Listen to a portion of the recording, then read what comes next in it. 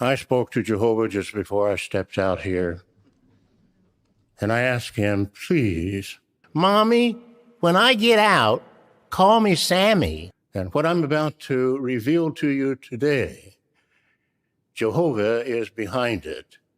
Not the governing body, not any human here on the earth, but Jehovah God.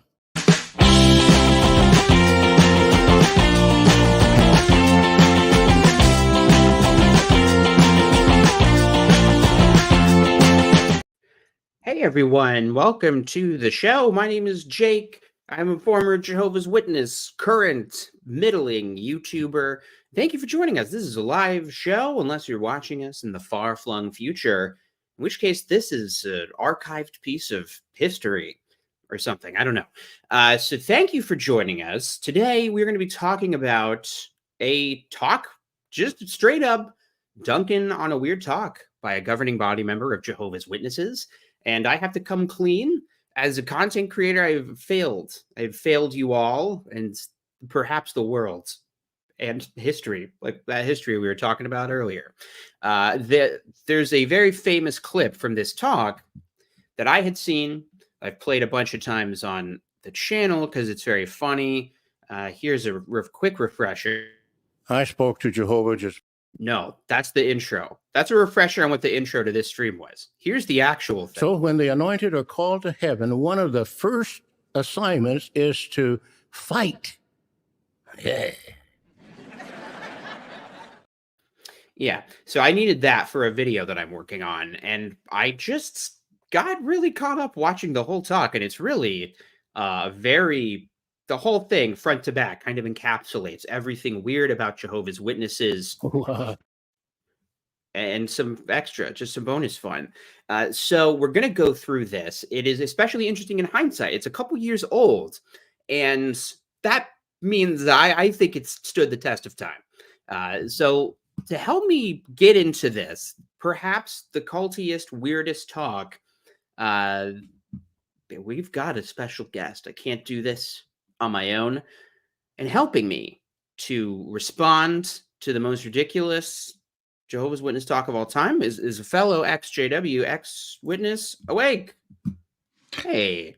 Jake, I've come from the far-flung future to tell you this is the best stream you've ever done. Yay! The far-flung future. Now it's Jonathan, right? Yes. Okay. We've been over this, but I always default to calling people by their online handles. By their screen name, yeah. Yeah, but your name, saying ex-witness Awake the whole time feels like that would be crazy. I am an anonymous poster. That's right. So we're going to get into this. It's a talk entitled, I Will Never Abandon You. Very nice sentiment. I mean, look at this face. You wouldn't want a face like this to ever abandon you, would you? No. Yes or no? Okay, good. That was a test. And I want to just say he makes me think of my mommy. Your mommy. I can't help but throw in. I don't know where I've heard that from. Of him saying mommy all the time. Hey, thank you for Colder Pizza for a super chat. Thank you so much. Want to be the first super chat of the stream? Oh, your lips to God's ears, thinking that there'd be more than one. Sentient food. Just sentient food and jumps into the jump. I do love cold pizza. I love seeing a plastic Barbie in the chat. Ron Pomo, Queen of Flatulence, which is my favorite username. And XJW Caleb, my friend, who also makes a weird cameo of sorts in the video I'm releasing tomorrow. Even he doesn't know that. So Sam Hurd's going to be in this video. XJW Caleb is mentioned by name. Christina's in it. It's really a who's who. Why am I talking about that? This is a very focused stream, as everyone knows. But this is a good comment. Hurd is a violence-obsessed old man. Can't imagine what this is going to end up being. Oh boy, violence indeed. I think that that's part of this.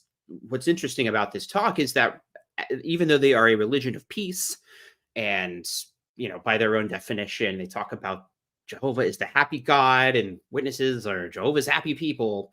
There's a lot of violence under the surface. Have you seen this talk from beginning to end that you know of, John? Yes, I think I have, but it has been a while. It was more like when it first came out. So I'm a little dicey on, everything, but that's going to make it better because whether or not I saw this one originally come out, I might as well have never seen it. It was all surprising to me. So I'm going to hit play on this, and it just starts crazy. Heads up, and let this be an example. The fact that I stopped at 0 minutes into the video. I do stop and talk about it frequently because that is the point of the channel, but also because I can't just play a full, 20-minute video from beginning to end. So if you don't like people pausing and interrupting stuff, unfortunately, you've joined the pausing and interrupting show. So just be aware of that. Prepare your hearts accordingly. I spoke to Jehovah just before I stepped out here, and I asked him, please don't abandon me. Don't let me screw up. Please don't let me screw up. But then right off the bat, I was like, what? He talked to Jehovah. That's interesting language to hear from the governing body, who are, if people don't know, the leaders of Jehovah's Witnesses. These are the cult leaders. I don't know. Sorry. No, that was good. You hear Sam? Say Jehovah and I were sitting having a coffee in my apartment before this part. Right. Jehovah and I were shooting the shit, and it turns out he might abandon me. I'm not sure based on that conversation we had. I don't understand, and maybe didn't understand when I was a witness, what exactly the process is like of them receiving like direction from Jehovah or Jesus. Did you have a conception of this, like when you were a witness? And I realized I told you that I was going to ask for a bit of your backstory, and I forgot. But people, you're ex-Jehovah's Witness. That's the highlight. When you were a Jehovah's Witness, did you have a sense of like what it meant for them to be like getting direction from Jesus or anything? No, because it was really unclear. It was sort of like, are they getting a prayer? Are they having a vision? Right. In this fridge, and I think angels' heads in there going, hey, this is what you got to do today. I don't know. Yeah, it's like those conversations that Tony Soprano has with that fish in the deli. I think that what makes it even stranger is they always say that the governing body are not the head of the congregation. Jesus is the head of the congregation. But then why was he talking to Jehovah instead of Jesus? It's like he's going, he's overstepping. Skipping a step. Yeah, maybe talk to Jesus first, huh? Before taking it up to the regional manager. Jeez. Yeah, and it kind of feels like that. I'd like to talk to Jesus. I'm sorry, Jesus is not in. He's on a sabbatical right now, so you're going to have to deal with me. Well, I've talked about before in the channel that like Jesus is sort of a forward messaging service for God, and that you just like, you say a prayer to Jehovah, but you just end it with, in Jesus' name we pray, amen, or some variation of that. You just have to specify at the end. So Jesus gets the like ping on his heaven device, and you're like, oh, okay, that's one. And then I guess he just sends it on to God if it's worth his time. Well, if you didn't put that in, that's sort of like leaving the / out of your HTML. Yeah, that's it. It's just like, you get a 401. Yeah, it's a 401 or 404. 404. 404 probably. But anyway, Queen of Flatulence, thank you so much for that. And this is 13 seconds in. I'm going to get us a little further than that. If I've ever needed you, I need you now. Why? Well, it's because of all of these beautiful sheep that I have the privilege to speak to for 19 minutes. Now, this is okay. There's already, I know that I've played 5 seconds, but there's a couple interesting things about this. He calls people sheep, which, yes, they do that all the time. But they usually talk about like, we are all sheep, because Jehovah is the great shepherd, and Jesus, like a lowercase shepherd. And then, but he says that like the sheep that I have the privilege, and they don't always use that I language. Weird. Sorry, I know I'm dominating the conversation. That is okay. It's your show. Hey, that's a good point. I'm done apologizing. No, I'll apologize frequently for fun. There's also this detail that he says that he's going to talk for 19 minutes, but this is a 25-minute talk. But we also talked about beforehand, they cut out part of this, famously. They cut out something that was in the original like annual meeting broadcast or whatever this is, Gilead grab. So I don't know. He must have gone overtime, I guess. 19 to 21 minutes, depending on editing. Right. Once it gets to the editors, it might be 30 minutes. It might be 12. And I think they could have tightened this up, because with the amount of long pauses he's going to take, it might, this could have been a 12-minute talk. Yeah, he's got like 6 minutes of pause. There really is. If I had planned ahead more and not just found this last night, I would have made an awkward silent supercut. And I still might, because, spoiler alert, part of the reason why I became obsessed with this talk is there's so many accidental entendres that I just know will be funny if I make like a YouTube poop edit. So anyway, I sped up his voice a little bit. So I want to make the most of these 19 minutes, because sometimes we have to make adjustments. Now, you may have heard of a few adjustments I know. in our understanding of things already today. He's just talking at a normal pace and there now. could be more adjustments that will have to be made later on. Now, just to clarify for people, adjustments means like changes to doctrine. They believe that they have the truth, but there's a lot of details of the truth that are a little foggy, and they get increased understanding. They call them adjustments, but often these adjustments are them teaching the opposite of what they used to teach. So yes, that's truth, asterisk, subject to change. Yes. I recently learned I have more non-witnesses watching, or like never witnesses watching, than I thought. So I'm going to make an effort to try and stop and define things more.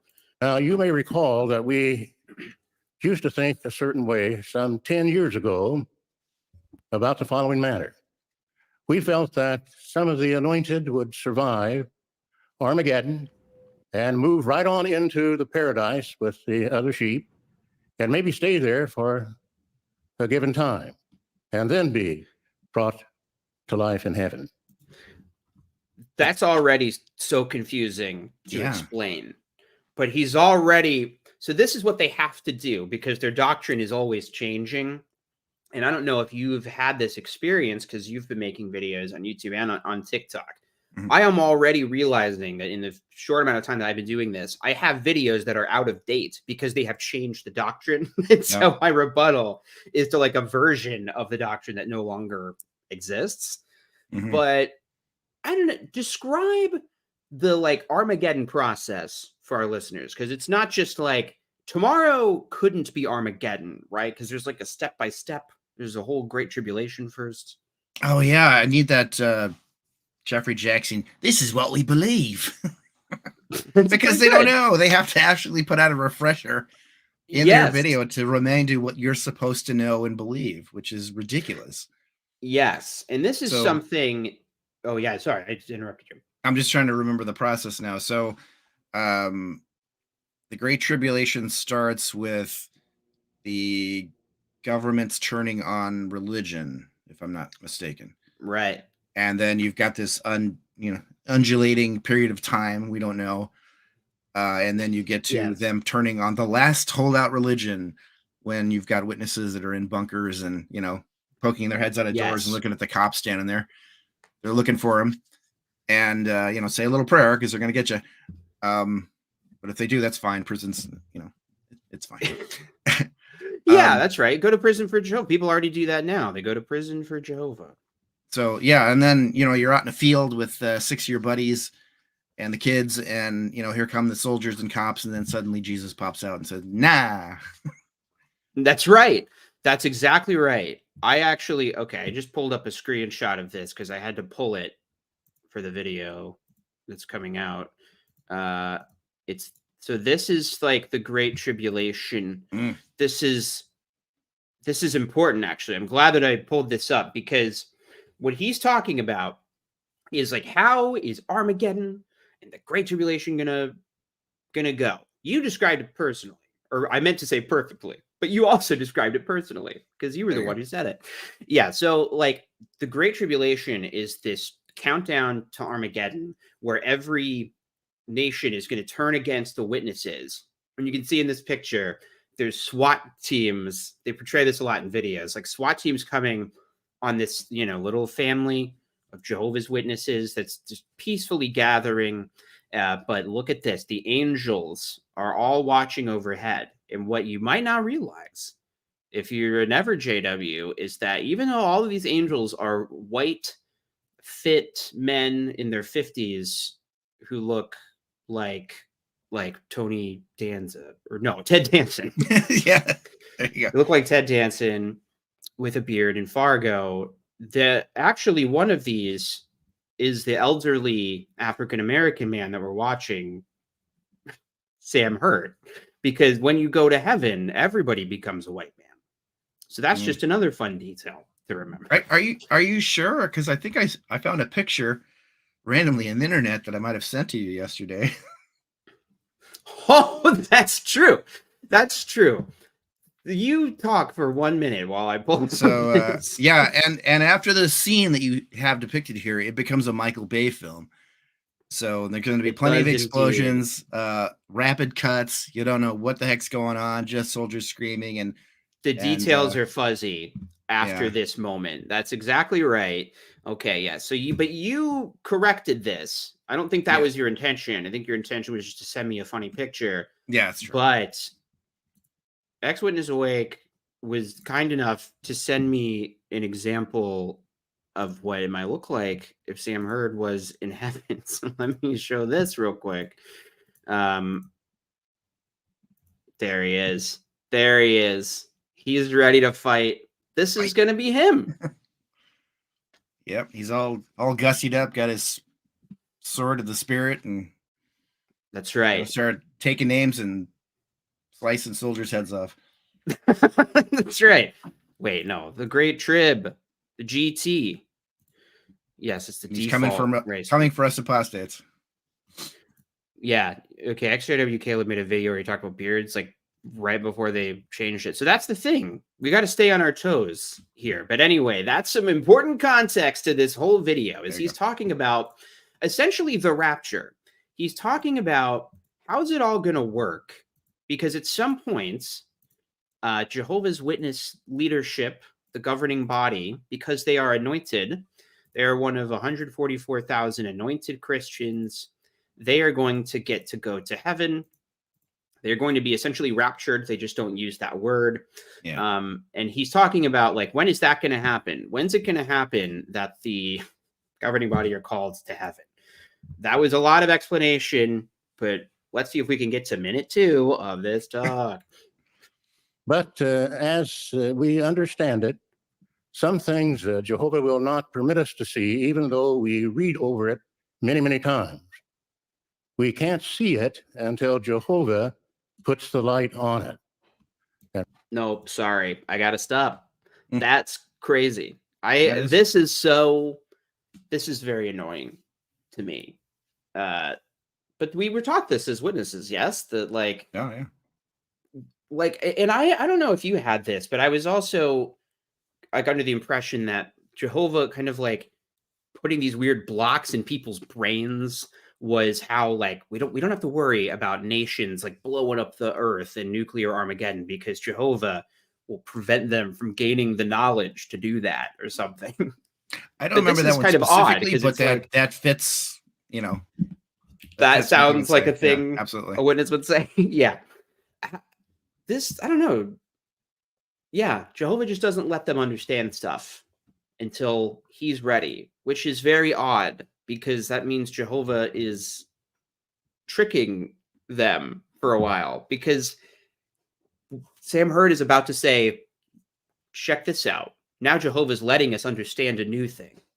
But why did he let them say the wrong thing before? Yeah. It's almost as if it's a convenient get out of jail card for anything they say.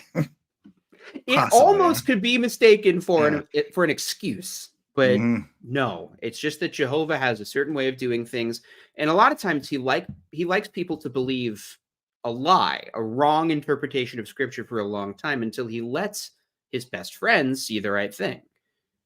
So I don't know. I don't know why Sam Hurd hasn't brought this up in a conversation with Jehovah earlier, but there you go. And what I'm about to reveal to you today, Jehovah is behind it. Not the governing body, not any human here on the earth, but Jehovah God. He helps us to see things. Now, So this is like I think the really important thing that we should, like you and myself and people who like kind of put clips out there and try and raise awareness of this stuff. I think this is really important because right now, like in Norway, for example, and in other court cases around the world, they are arguing, Watchtower is arguing in court that like, no, we don't make mandates. We don't make people shun former members or things like that. But it's like when the governing body talks, the membership hear it as being from God. Oh, yeah. I mean, isn't that like when you were a witness, isn't that what you thought? Yeah, he starts out his whole shtick with, I was talking to God this morning, so that's something,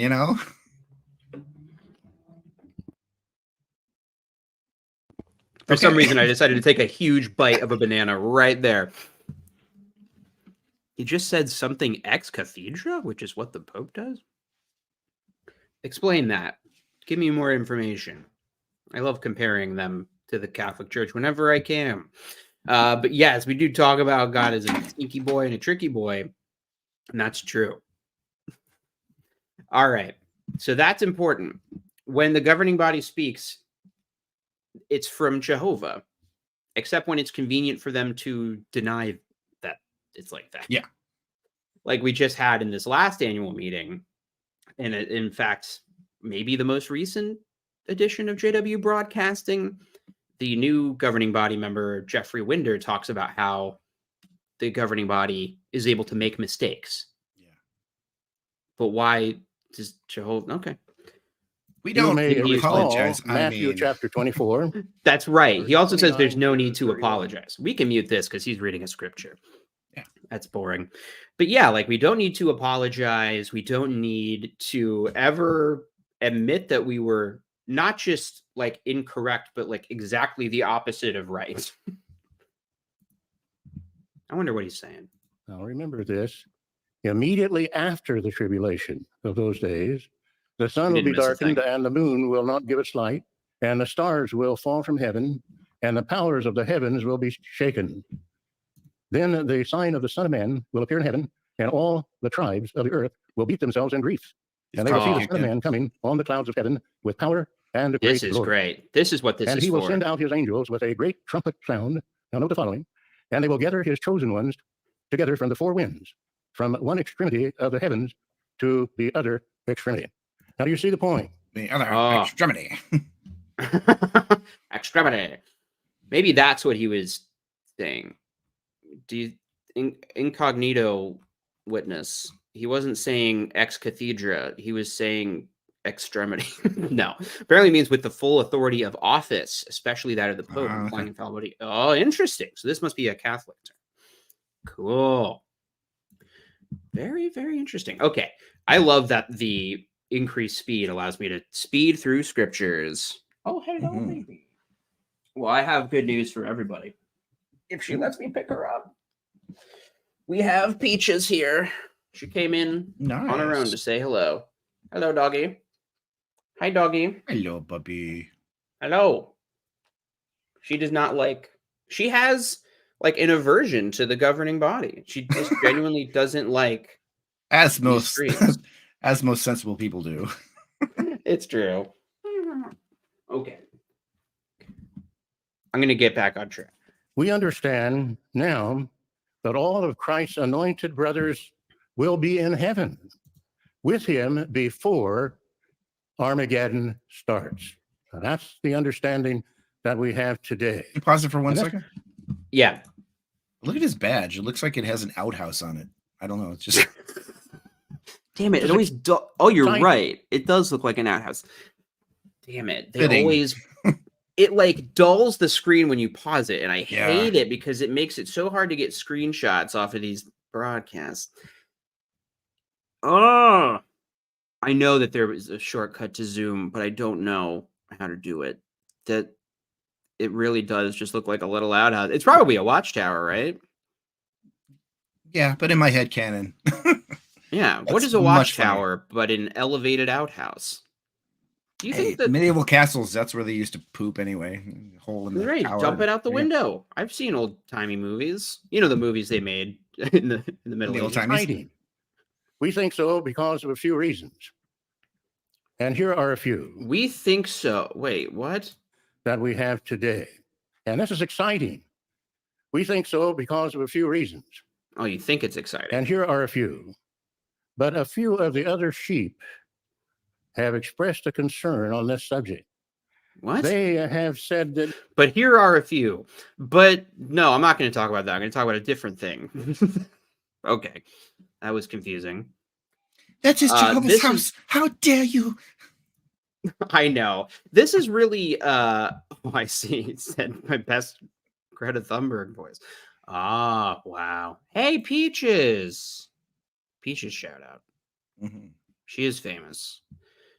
I wish that she liked, it's like she can sense that there's people watching because she's very shy around other people, but she loves to be held, just not specifically when I'm doing this. I don't know what that is. Okay, so he's going to address concerns. Like as of yet, I don't know why he felt like if he ever needed Jehovah's help, he needed it today.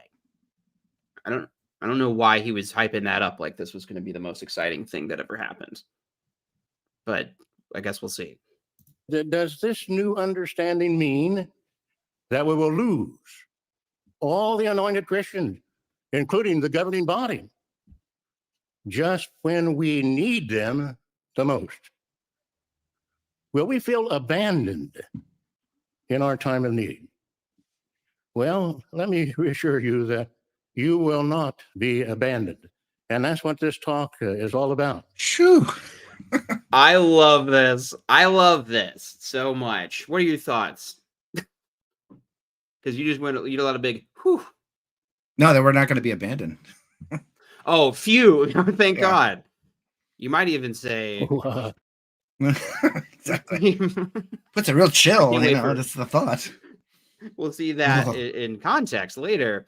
It's very weird. But yeah, I love this kind of stuff because if you are a firm believer and you take all this doctrine seriously, you literally think that all of this is going to happen.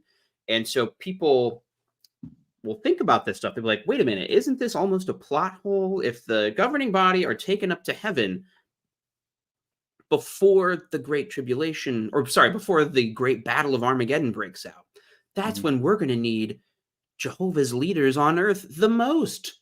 Who will be our shepherds then? Who will tell us what to do then? And he's like, no, don't worry. We've got hiding in basements and attics and holes in the ground somewhere. Like, how are they going to direct that? And I also think like there are some ex-witnesses who kind of, and I don't know, I've thought about this too, like wonder if there's some point where the governing body would ever like cash out and take the money and run and like, oh, we're being raptured, oh no, and they just drive away in their Corvette with a trunk. Oh yeah, I've said as a joke, just they're off to governing body island. Yeah, I know. And big mega yacht park up there. It is a question. His voice is very shaky. He gets like visibly shaky later, and it's like from nerves. I don't think it's just the old people shakes. I think it's not to be ageist. And well, I noticed his Bible during the speed up was kind of a little bit. But, that could just be the speed. He also shakes intentionally and does a little dance at some point, which I'm excited for us to see. So anyway, these are the stakes. Who's going to be our shepherds when Armageddon breaks out? You need not to think that you will be abandoned because of the anointed. You could have stopped it. You don't need to think any longer. So we're going to discuss 3 questions. His hands are really here they are if you're writing things down. Number 1, what will not happen when the last of the anointed leave the earthly scene? What will not happen? Great question. And anything? Number 2, how do we know that such things will not happen? What will happen? So we're going to look at these questions. Great First, questions. then, what will not happen? Well, I'd like to tell you very briefly 2 sad stories to illustrate what will not happen. Get psyched. That's like when I start a stream, it's like, oh, today we're talking about CSA. We're talking about the saddest thing ever. He's like, all right, to really drive this home, I'm going to tell you not one, but two depressing anecdotes. Yay for sad stories. Sad Mommy? stories. Mommy, can you tell me 2 sad stories before bedtime today? Now, here's sad story number 1. Do you remember Jehovah? He was a faithful high Jehovah priest, God. one of the best. Oh, he When lived he next to my. died, he was given an unusual honor. My You neighbor. didn't was know him, but he buried was a with the neighbor of kings. mine. During his life, he protected the young king Jehovah and helped him to be a good king who stayed faithful to Jehovah. But when old Jehoiada died, the young king soon went bad. He Aye. listened to wicked princes, and he turned away from Jehovah. You listened to that I wicked didn't- Prince's music back from the 70s. It was really a lot of innuendo and stuff. Corrupted him. In our day, we've seen a different kind of wicked prince. I don't know. I feel like they kind of always were cool with the fact that Prince was a Jehovah's Witness. I mean, it only helps their case. Oh yeah, anybody's celebrity and got lots of money. Yeah, they're on it. A celebrity that's like everybody likes. Yeah. Oh my God. So I didn't understand what that Bible story meant at all, just for the record. And I feel like I never really did. All of this stuff about like kings and princes in the like Old Testament always seemed like a real stretch that they would try to apply it. But That's sad story number 1. On its heels, we have sad story number 2. Oh my God. I Remember can't that take the it. Apostle John took that's what we're great getting over joy Jehoash. in his spiritual children. He was a good influence on them. He helped many Christians to remain faithful. But what happened when John died? Well, he was the sole surviving apostle, the last restraint against apostasy. So after John passed off the scene, it was not long before something happened. Now, Jehovah didn't help him with that little skip that he just had right there where he had to correct himself. I always wonder about that. Loading. The rainbow wheel popped up. Yeah. I always wonder about this, I wondered about it when I was a witness, like, because I would pray for Holy Spirit before I gave a talk. Yeah. If it was a bad talk, I felt like, did I not get the Holy Spirit? And if somebody else was really fumbling through a talk, I would think like, oh, Jehovah's Spirit is not upon them. Did you ever think that? Or is that me? No, yeah, I'm sure I had that thought too. You know, that It talk is was kind of a weird- disastrous. Yeah. Why is Got a Jehovah pre-double tonight. allowing? Why does God allow suffering? Well, I'm suffering on the stage. that's right, and we have to suffer in the audience. I love his face right here. Just his like stinky fart smelling face. Yeah. Oh, but this is. He looks like Sorry, he's go ahead. gonna rear his teeth back like a cat smelling your sock. Yes, it does. I was going to mention this is actually important for like Jehovah's Witness pathology, because they think that true worship died after the 1st century. So as soon as John is dead, all the religious progress that was ever made that was just Satan forming false religions. And that's how they get to justify the fact that their religion was this restoration of true worship. So that's why he's playing up this thing that when John died, he was the last bulwark against apostasy or whatever. And we need John more than ever. This alt-worldly guy won't leave us alone. Yeah, I'm sure I'm really keeping him up at night. Although Sam Hurd, if he saw my mommy edits, I wonder how he'd feel about them.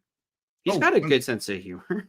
One thing, if you're one of the people who are monitoring this at Bethel, just have Sam send me an email, and I'll send him that picture. He can put it on a T-shirt.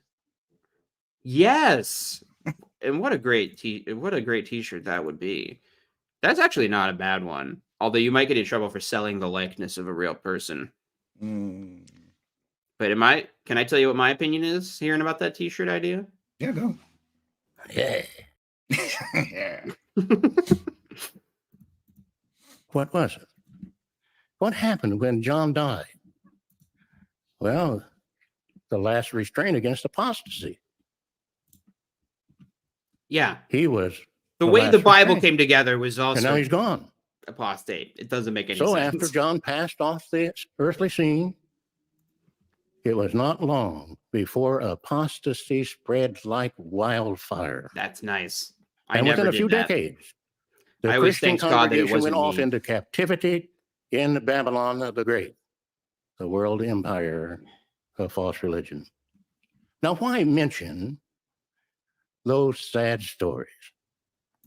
Now, here's the reason. To bum you out. Some may wonder, in our midst today, Christian congregation, what's going to happen when all the anointed? I assure you, this space station is fully operational. Now your friends will die. He's got that kind of a vibe right there. Find it quite operational. The Family Guy one where his head just turns all the way around. That's exactly what he's doing. This is the very like faux concern, like, oh, some may worry. That's blowing my mind. That was such a good analogy of what his tone was. Did he do his little dance? Oh, that face too. All lower teeth. Star Trek Lower Decks. Sam Hurd lower teeth. I want to see what if he does his little wiggle dance. No, this is just what's going to happen when all the anointed different wiggle dance. Heaven. Will the great crowd be left in the lurch? Mommy. Will they stray into some kind of trouble? Maybe. Maybe. Been apostate. Apparently, if I touch my headphone, it pauses the video. So that'll be a fun, just X factor we have going on throughout this whole thing. Boop, boop, boop, boop. Yeah. The other thing that's kind of interesting about this, just to translate, he's saying, oh, but what if Jehovah's Witnesses fall into apostasy like every other religion? And the argument that's what he's bringing up. He's addressing plot holes in their theology. Yeah. And I guess that's why he is nervous about the talk, is because he realizes probably that this is a very fraught theology that they have. It doesn't really make a lot of sense and relies on a lot of like hypothetical imagined scenarios in the future. And he's kind of providing justifications for them. Stephen Hurd, he started his own show. Stephen Hurd explains plot holes. You see, fuel always existed in the Star Wars universe. Yes, exactly. He's like a Star Wars theory guy. So apostasy started soon after John died, but it took God close to 2,000 years to fix things. Totally makes sense. He couldn't have done it before Charles Taze Russell and his associates. It was impossible because the United States didn't exist yet, and America's very important. Obviously. Yeah, it's like obviously retrofitting the reality of their group and trying to find a justification after the fact. But somebody else was pointing out that Mormons have the same belief. They just think that they are the true restored religion that came back after apostasy set in. I think they like basically word for word in a video I did once, I showed like side by side the Mormon website and jw.org, and it's like the same exact thing. Oh, yeah. Similar. Okay. Some of you may die, but that is a sacrifice I'm willing to. It's true. Yeah. There really is Lord Farquaad energy to this talk. Apostasy. Mm-hmm. Well, what do you think? You don't really. Have you heard any signs of that already? Well, here's the answer. No. They're not going to stray into apostasy. Absolutely not. Absolutely not. Those Bible accounts... Not a chance. There's no chance. That would be presumptuous. How dare you assume that the governing body could ever be corrupted in any way? By the way, we're going to fire this one guy and never tell you why. Yeah. Shuffle him off. Which, stay tuned. He comes up in this. Actually teach us what will not happen. Accounts actually teach us what will not happen. Tell me when they chong us. And that brings us to the second question. How do we know that such things will not happen? The answer has a lot to do with when. When, with a capital H, I also know that he says when like that a lot. So I want to keep track of that. Maybe make a supercut of that. This We do not morning live I in put ancient Cool Israel. Whip into Jehovah's coffee. Cool Whip. I don't see anyone dressed like an Israelite. None of you brothers wear skirts. It's always that one there's guy more of dressed like those an now. Israelite at the convention. Yeah. So, Oh, he's making little jokes. But he's saying, no. The difference is we're a different group than the Israelites. And yeah, they fell. And yeah, the first century congregation fell. But really, they didn't. There was just a pause for 2,000 years. But anyway, his justification is really wild. Well, we don't live in ancient Israel. Well, now you may wonder, why does that matter? Because that nation was heading for trouble. Okay, I want to just point out something because rings have come up a lot recently on the channel because I brought it up. not anybody's fault. I brought this on myself. But of course, I always pay attention to this. And if you look at his rings, they're not the signet rings that you see associated with the conspiracy. I think it looks like a diamond. Doesn't it? And his other one is kind of the same. This is why, like, I think it's more of a like it's a status symbol, more than it is like, oh, they're up to something. The jewelry is part of the club. Exactly. And he can afford cool rings that you can't because he's at the top of the pyramid scheme. I mean, religion. From its early days. This is very okay. Speaking of anti-Semitic conspiracy theories, so this is not unique to Jehovah's Witnesses, but this kind of whole invalidation of Judaism by Christianity is a problem in a lot of religions, but this is what he's doing here. He's basically saying, no, they were doomed from the start. Right? Because here's what he says. You may wonder, why does that matter? Because that nation was heading for trouble from its early days. In Deuteronomy chapter 31, verse 29, Moses uttered this inspired prophecy about those rebellious people. This is how it reads.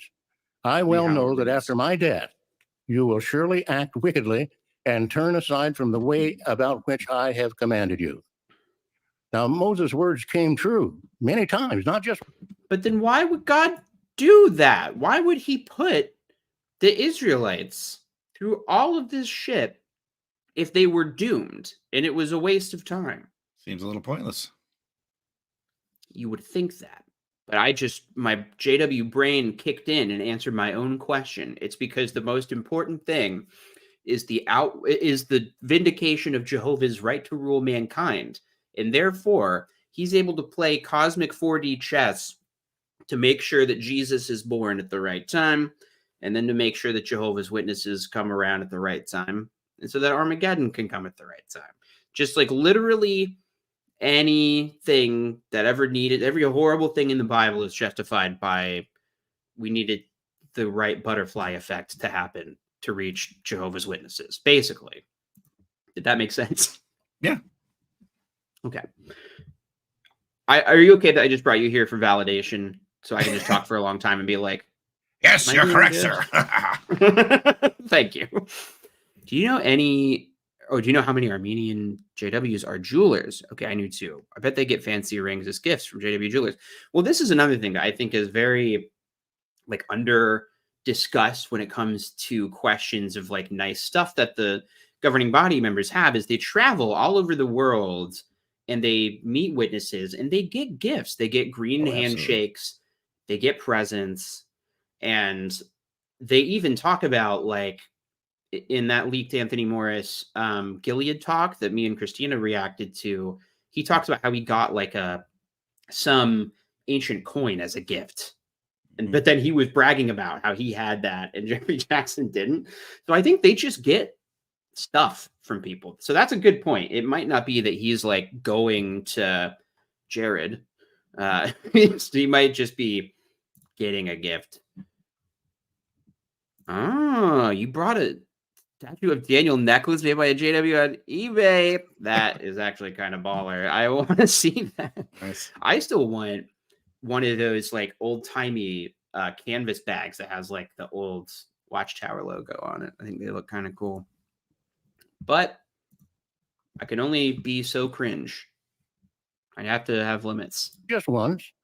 Finally, Jehovah had to cast off those wicked people. So when King Jehoash went bad, he was just acting like many other kings of Judah and Israel. Today, things are Just different one bad among apple. God's people. Keep in mind, we do not live at the end of the 1st century CE. Now, why does that not matter? Remember in Matthew 13, when his illustration of the wheat and the weeds, Jesus had foretold that a great apostasy would take place. In 2 Thessalonians chapter 2, Paul... Have you ever watched Arrested Development? Off and on. Show? Yeah.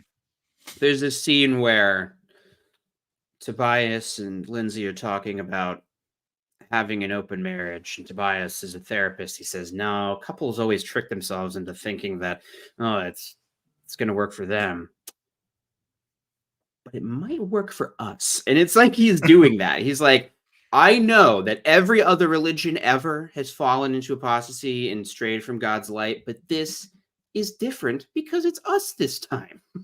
That's like his only reasoning. Weird. I don't know. Did you ever worry about this as a witness? Like all of these concerns that he's addressing? Nah. Nah, I didn't either, really. I think that's another weird thing is he's almost like setting up like, oh, the stakes are high for what I'm about to talk about. And he's really talking about like esoteric doctrinal issues that don't matter. And probably 3 people at Bethel bickered about one time, but who cares? Paul confirmed that Jesus' prophecy was already beginning to come true in the 1st century. Peter and John verified the same in their writings. In the 2nd century CE, the Christian congregation was corrupted and went off into spiritual captivity to Babylon the Great. So Jesus' inspired prophecy was fulfilled. It came true. However, today, things are in spiritual captivity among God's people. Yes. Well, those people in this modern day cult. Yeah. That's like literal captivity. This is a captive organization. I didn't even think about that, but they love talking about people being in captivity. You know who's in captivity is the Jehovah's Witnesses who are currently suffering in prison because of lies that they've been told by cult leaders who don't give a shit about them. Mm-hmm. So that's those are people in spiritual and literal physical captivity, perhaps for decades. Hang on. Somebody had a question about. And then when it all falls apart, those people who get finally released from prison are going to be like, wow, this is all for nothing. Yeah. They like, I feel sad for those. You don't hear from every person who gets released from prison. They'll do an interview or two with some people who are like, I lived in a cell that was 2 inches by 2 inches wide, and all I had was a pin light to see one sunset every 3 months. But what I did was I set up a fake service arrangement and preached to the rats that would come and claw at my flesh. Like they always have one of those, but there's got to be some people who get out and are like, this was some fucking bullshit. I don't know. There was something about, because the video that I'm releasing is on the Revelation book, and something about like seeing all that stuff that felt so important when I was a kid, and that entire book is now invalid. They don't teach any of it anymore. Yeah. All the paintings of the anointed people, all those people are dead. It's just like, what a waste. It's so sad. Do you want to make a cameo? Peach can. Oh, she made one earlier. Oh, she did? Yeah. Oh, then never mind. Christina's being shy. She threatened to make a cameo. Oh, or I tried to. I'm supposed to say, Miss X Witness Awake says hello to Miss Saltworldly. Ah, Miss X Witness Awake says hello to Miss Saltworldly. Hi, X Witness Awake. We're not married. She's a miss. Hi, she says hi. Peaches says hello. Wait, that's not what I meant. There's a YouTube channel of a South Korean XJW who is in prison. What the fuck? Somebody post that in chat or email it. I couldn't. There was somebody asking about like Patreon or something in the chat. I don't know if it was talking about me or one of the other creators on here, but if so, save your questions till after the tour because I have ADHD and I don't know if you've noticed this, but I get easily sidetracked. Much different. Much different. At It's what different time this time. are we living? Well, we said not back then. About 1:20 p.m. Well, you know the EST. answer to that. We're blessed to be living in a special time period. And this began as far back as 1914. It's more than just the last days of this old system of things. I why is hate their that? references to these dates Nope. that have absolutely no validation. It's just ridiculous. It's like just and made up it's crap. so But it's facts. so facts. No, these are facts that are just directly from Jehovah. No, and it's so disrespectful to the early Bible students who founded this movement, set it all on track, and they all were preaching that 1914 would be the end of everything. Yep. That's what the teaching was. And to now just change it and act like, no, those early Bible students, they were not living in a special time. We're living in a special time because it's now 1914. Or no, sorry, it's now past 1914. I'm getting dementia like Sam Hurd. Jake, It's really it's me from the far-flung future. You need to correct your dates. Marty. It has Oh my implications. god. I recently passed a dementia test and it was the hardest test ever and I passed it with flying colors. Notice what the Bible says. Acts chapter 3, verse 21. It says it's also called the times of restoration of all things. Now, let the word restoration linger in your mind. And when was that written? Back when people thousands of years ago thought it was applying to them. I had to cough. Something got caught in my throat. Because I'm upset about this. I don't know. It's just like, obviously, Jesus said this generation will by no means pass away before all these things take place. He was teaching that the end would come in that generation. And he was wrong. And all of Christianity is an attempt to justify why, no, actually he wasn't wrong and the end is actually coming now. I don't like this. That's my hot take. I think it sucks. Why does that matter? We're living in the times of restoration of all things. Because pure worship has been restored. We're bathing in it. Boy. We're And the bathing in worship it. of Jehovah Bathing? will Sounds never gross. He starts really dropping some entendres that just, think like an editor. You could think of just fun things that would be funny out of context. That was He should have solid. started his talk with, Jehovah, please help me not to say anything stupid that they might put together. And Please don't let me keep saying the word direction so people can take the word erection out of context. And please don't let me say my favorite word, mommy. Mommy. I don't think he says mommy in this one. Oh. I would like to apologize because I've realized I do this thing and it comes up in a lot of live streams where like every time I move my mouse, it like makes a bonk sound.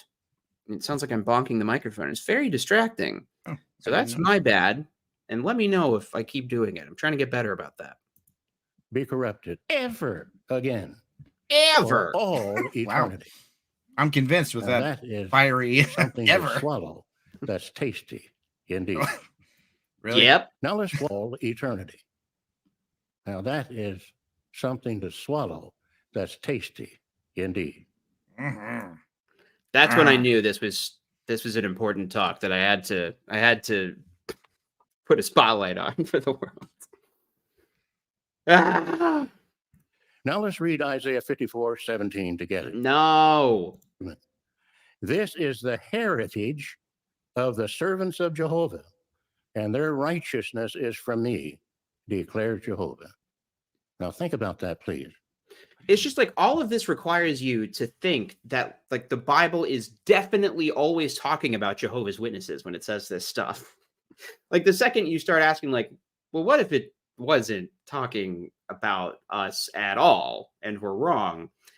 It's all based on this Jenga tower of like speculation and if that. It is. And I am very sorry. I am being a little slow to pay attention to chat.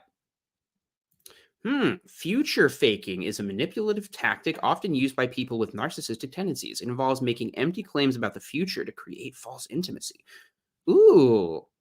Now there's quotes around this, but I'm going to assume that it's a quote from Sadie Seattle because they're the one who posted it. Please also remember to leave a tasty like on the video and on X Witnesses Awake channel as well. Thanks. I will make sure I update the description with a link to your channel and social medias after I'm done. It wouldn't let me tag you in the StreamYard description when I made it, but after I'm done, it should be able to. No weapon formed against you will have any success. The prophecy says that this is our heritage. Those inspired words are being fulfilled now. You wag your finger at me. Nothing can take that away. Tip of the hat, wag of the finger. The God of this system of things, Satan himself. Now remember our second question. How do we know that when the anointed are taken to heaven, the great crowd won't drift away into trouble? How do we know that they won't rebel the way Jehoash did when Jehoiada died? Jehoiada. Or drift off in... Oh! I almost missed the wiggle dance. This is important. He does the wiggle dance. Did when Jehoiada died. Or drift off into apostasy the way the second century Christians. Love it.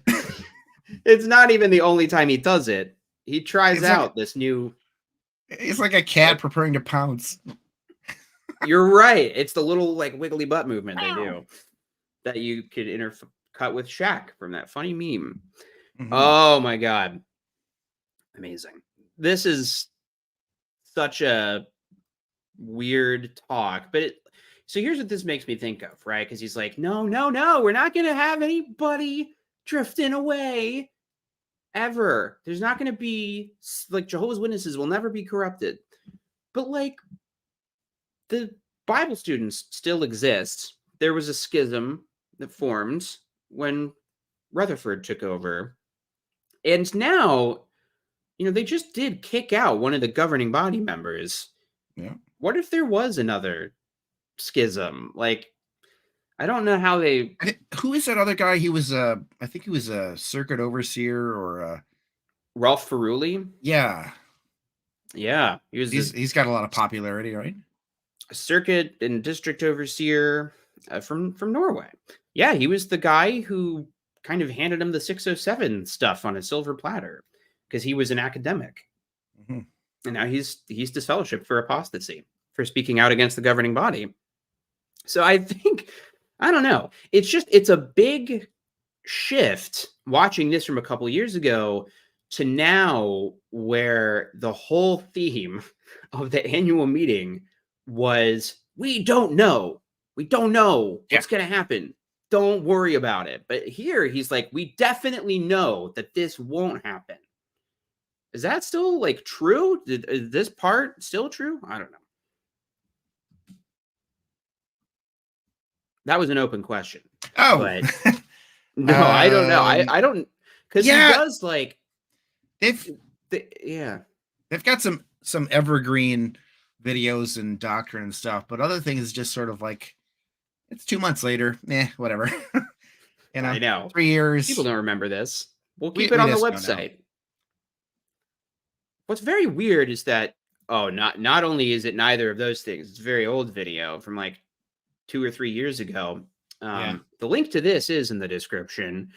But it was either a Gilead graduation or an annual meeting a couple years ago. I mean, it was at least before Anthony Morris was removed because he talks to him directly on stage at some point. Okay.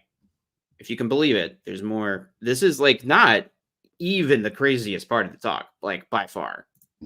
Did after the last of the apostles died off. Some. Well, we know. It's just a matter of turning the page. Turn the page. He was clearly Here I am struggling on the with stage that. We again. do not live in ancient Israel, and we do not live in the 2nd century CE. Thank you for Whoa. that update, We brother. live in a wonderful time. Wow, that's huge news.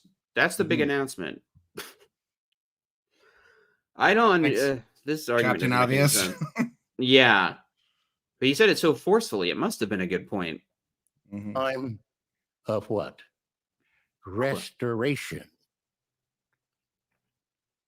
When Jehovah has guaranteed us that no weapon formed against us will succeed.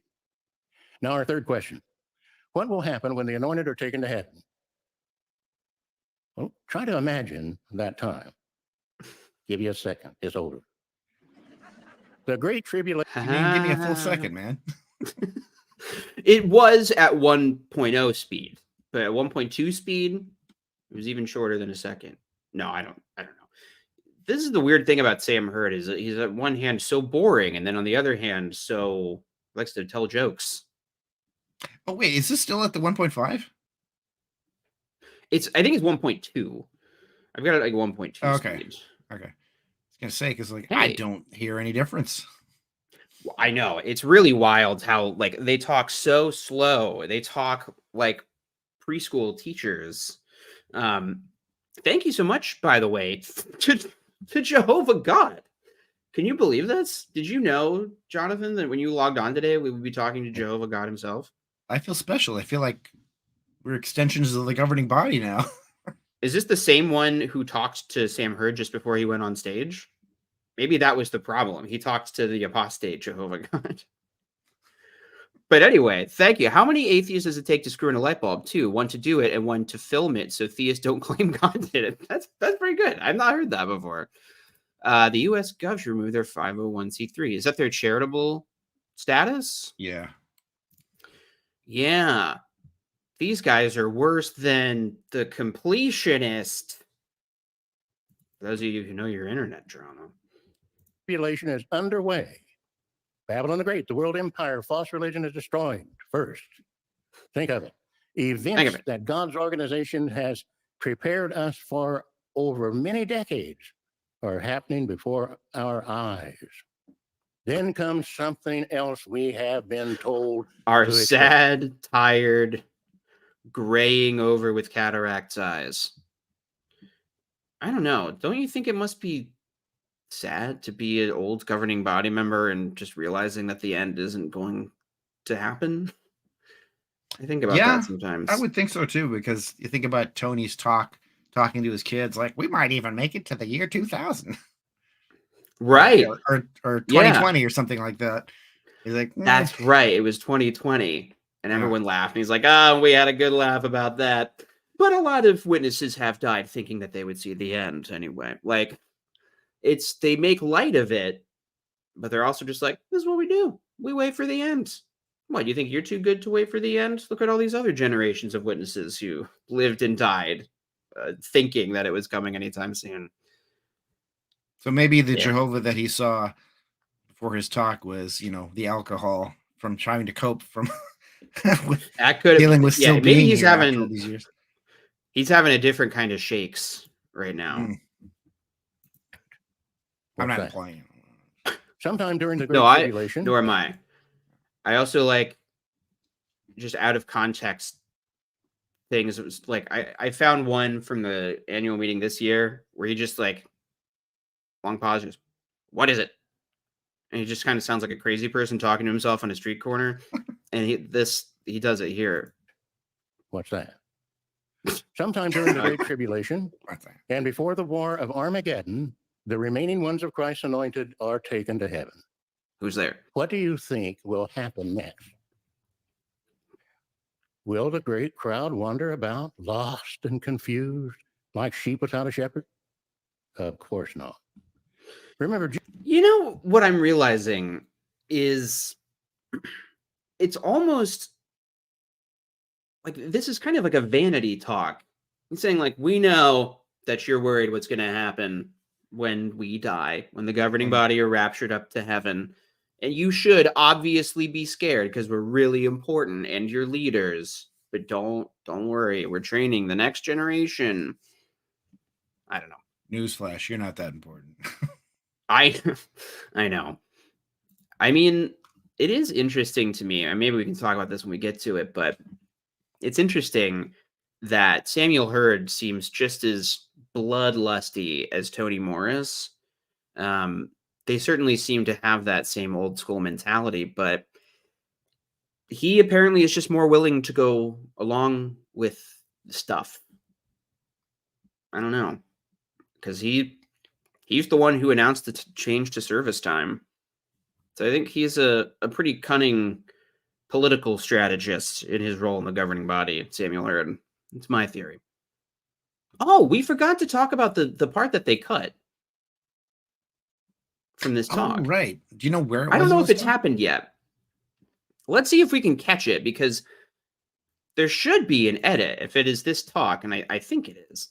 For Jesus is the shepherd. He will never fail to do his job. Keep in mind that the anointed are not the head of our organization. Oh, I think it's coming up. Jesus is.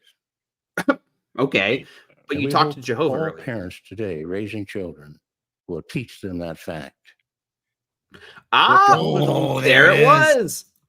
Good catch. That was Provenance that we said that like right beforehand. Like, will teach them that fact. yeah, He just like very blinked over there. unsubtle. Like, I guess they're not trying to hide it, but hey, God must end by tithing, just like that widow in the temple. Those gross GDB weirdos love to talk about. Oh God, yeah. Let's not call these tithes. Let's not do that. At least not until I get my church set up. Okay, I'm trying to find this goddamn scene. I couldn't find it in my answer. You couldn't find it either. Are you like? There's no way that Lloyd Evans didn't talk about this. Like, I know he did because I think I saw it there. Yeah. One time. It just would be a ways back. Governing body. I'll look again. Oh, XJW Caleb, is there anyone? Oh. Because what he talked about, I searched, and this stream that's happening right now came up. That's not helpful. This Marty. is like, ooh, is it this? Relishes killing all those who don't follow the governing body? Oh, it might be. Hang on. I know that we're totally veering off the deep end here, but okay. While you're looking, let me describe what this is. What I remember, and by the way, we have 242 people watching. That's amazing. Thank you for tuning in. The thing that Sam Hurd said that they cut out was he tells this little anecdote about how parents will have their kids, witness parents will have their witness kids send letters to the governing body. It's very creepy. And you can tell that Sam Hurd does not like this.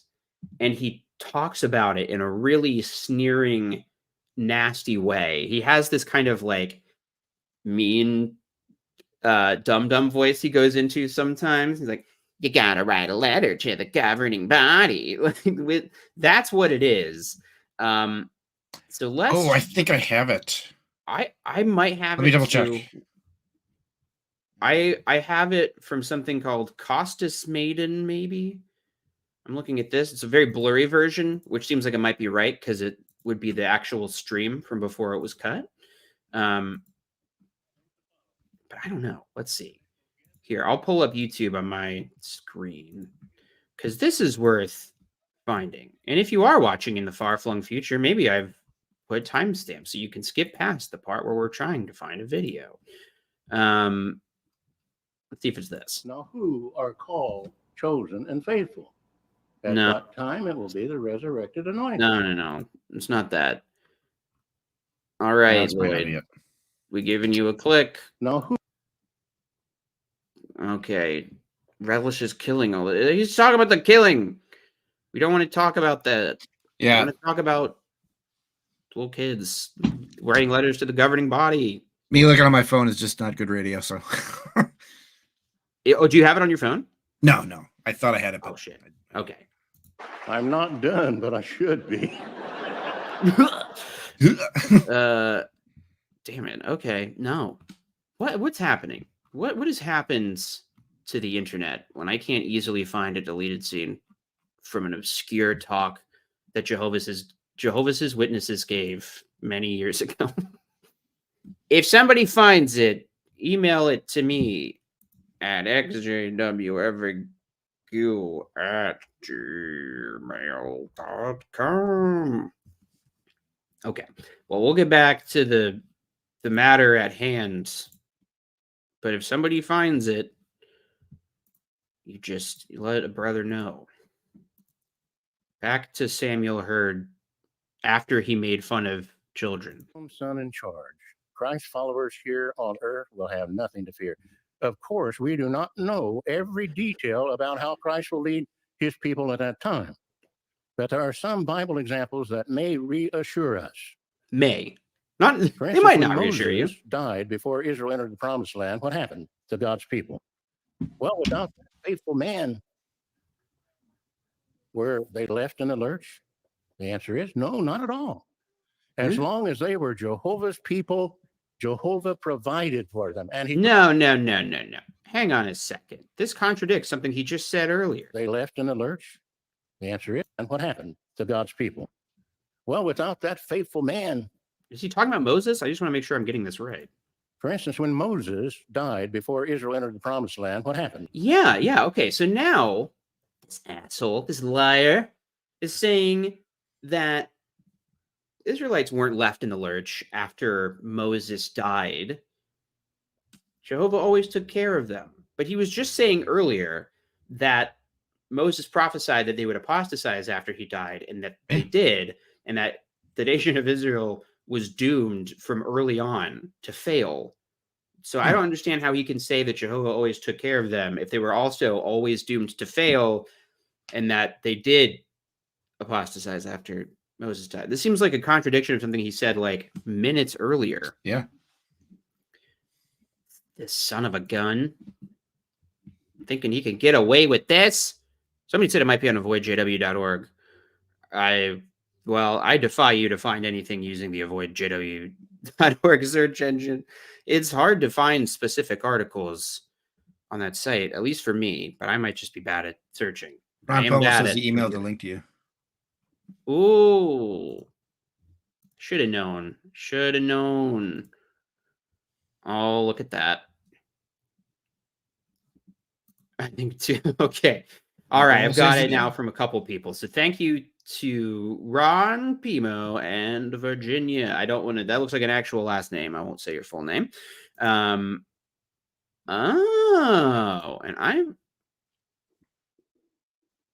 look at this. Well, I'll pull it up on my Gmail thing. We already contributed to the Lloyd Evans channel's viewership once, and he sent me a version that's not from that. So we get so many little letters from beautiful little children. Why? Well, parents tell them that we're something, the governing body. You ought to write the governing body, honey. You ought to write the governing body, honey. What the? No, get those subtitles up. They're wrong. They're very wrong. I'm going to play it again so it's not so distracting. We get so many little letters from beautiful little children. Why? Well, parents tell them that we're something, the governing body. You ought to write the governing body, honey. You ought to write the governing body, honey. You ought to write the governing body, honey. You ought to write the governing body, honey. Repetition for emphasis. They draw pictures of us. Good night alive. Wow. They despise children. Great. I think that's why it was cut. Is like what he was attempting to do was to be humble, being like, we're not anything. Don't relate to the governing body. Jesus is in charge. But he clearly His vibe was all wrong. What actually came through was a weird despise of children. Yeah. And parents who are just trying to keep their witness kids entertained doing something spiritual. They probably did it at the family worship. They look like horse turds. Yeah. Bethel artists draw me better than that. Like, oh my God. I mean, you can see why they cut it. Yeah, absolutely. The level of cringe is through the roof. It's very bad. Thank you to Ron and Virginia for sending that. Thank you to, I think that was the little script in the corner was jwreasoning.com. So thank you for, oh, well, just you wait. As Hamilton once said, we're about to see him growl. He said the just you wait part, not that you're going to see him growl. The God's people. Well, without God's that people. faithful man, were they left in the lurch? Yes, you said it earlier. No, not at all. Oh, As long as they were Jehovah's people, which they weren't. Jehovah provided for them, and he provided richly for them. They had an abundance. But they were Before Moses As died, soon as they weren't his he people, he told said, him to screw you. commission Joshua. That's right. He to lead said, the fuck people. you guys, I'm going to destroy Moses you had all. been training Joshua for decades. In addition, there were many other capable men taking the lead, chiefs of thousands, hundreds, fifties, and even tens. God's people were well cared for. Thank God for Moses and Joshua. Another Wow. example is that of How Elijah. powerful. He had been taking the lead in pure worship among the Israelites for decades. This doesn't make any sense. He just said that it's not going to happen to Jehovah's Witnesses because ancient Israel in the first century were different. But now he's saying, don't worry, you won't be left in the lurch because look at the examples of the first century Christians and the ancient Israelites. Like what? I think he's contradicting himself. Yeah, I think he is contradicting himself a little bit. Logic bomb over here. Oh, that's right. It's their fault that they didn't live up to the standards that, by Witness's own definition, were intentionally made to be like impossible to follow, so that they had to make burnt offerings. I mean, cool of God to make them kill all those fucking animals for no reason. Oh.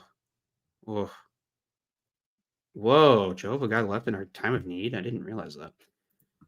God hardening hearts But the over time here. came for Jehovah to transfer Harden them to their a different hearts. assignment down south in Judah, Whoa. where faithful people in the 10-tribe kingdom of Israel Down left in south. the lurch. Far from it. Elijah had been training Elisha for years.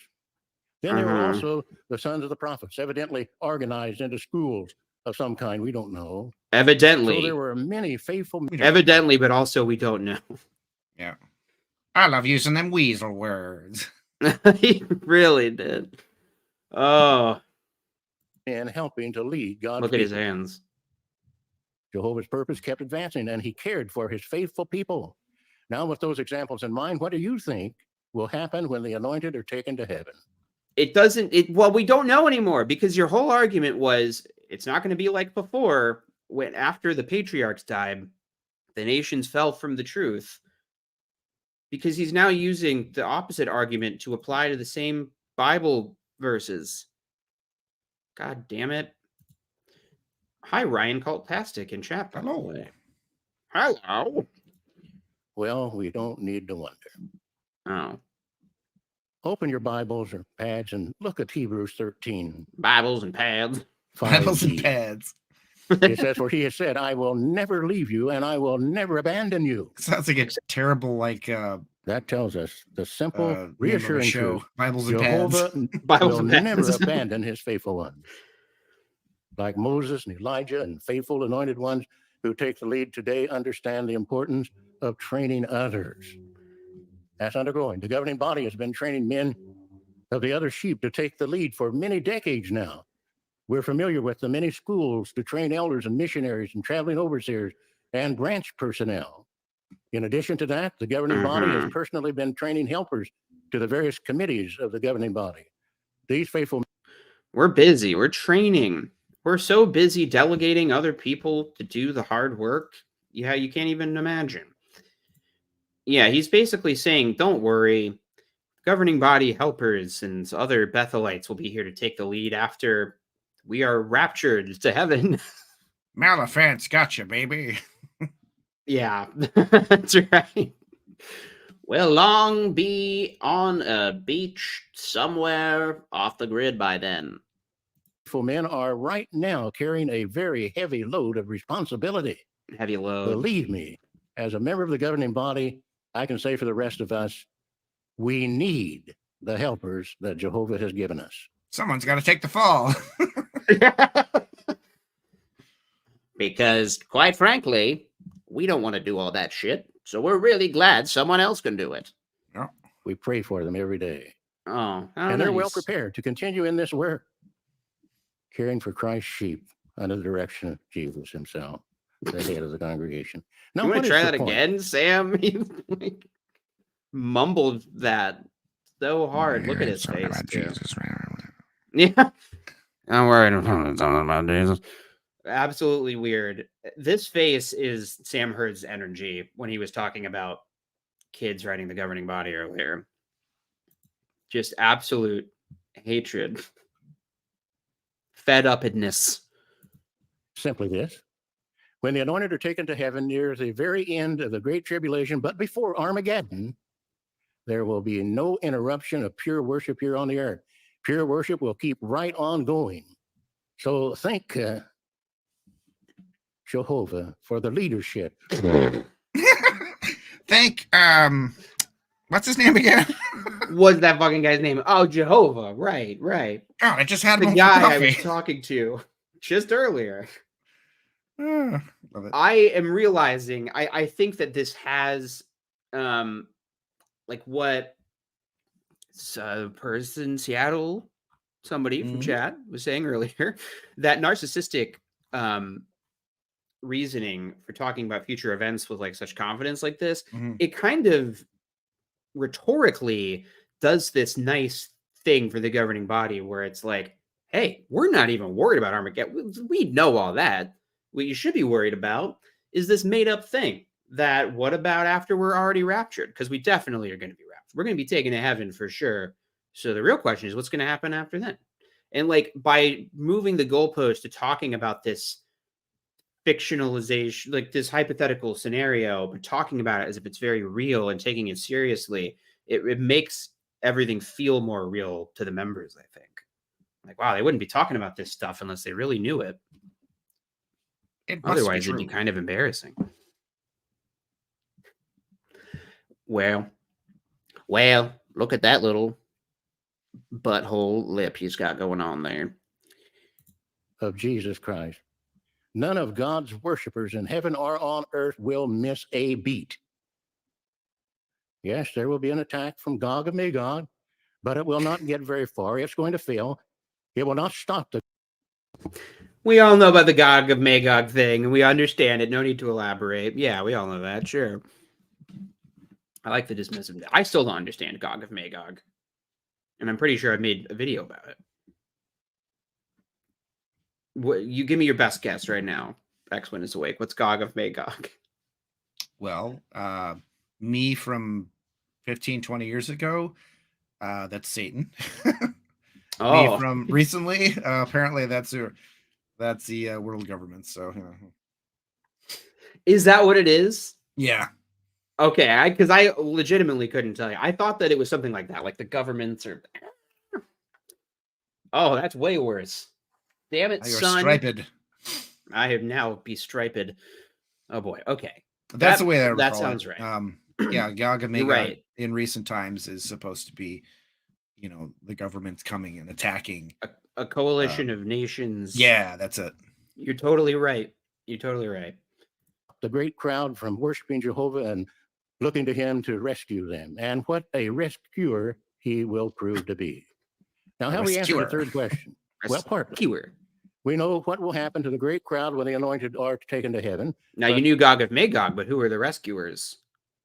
I remember Bianca. Disney mice. I don't remember. the male Disney mouse. Rupert?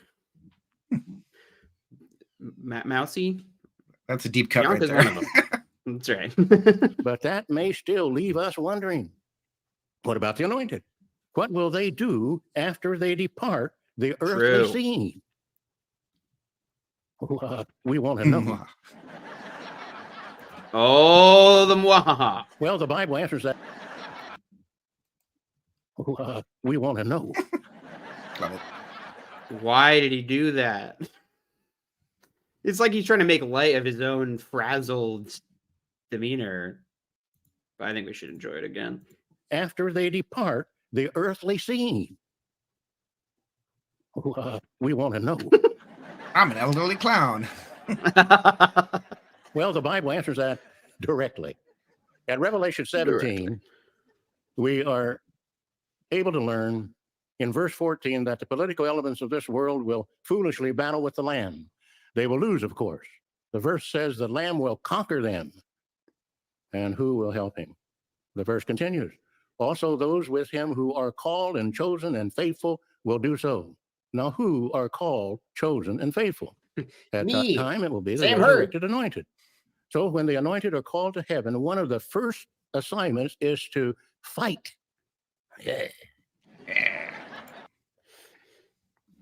Yeah.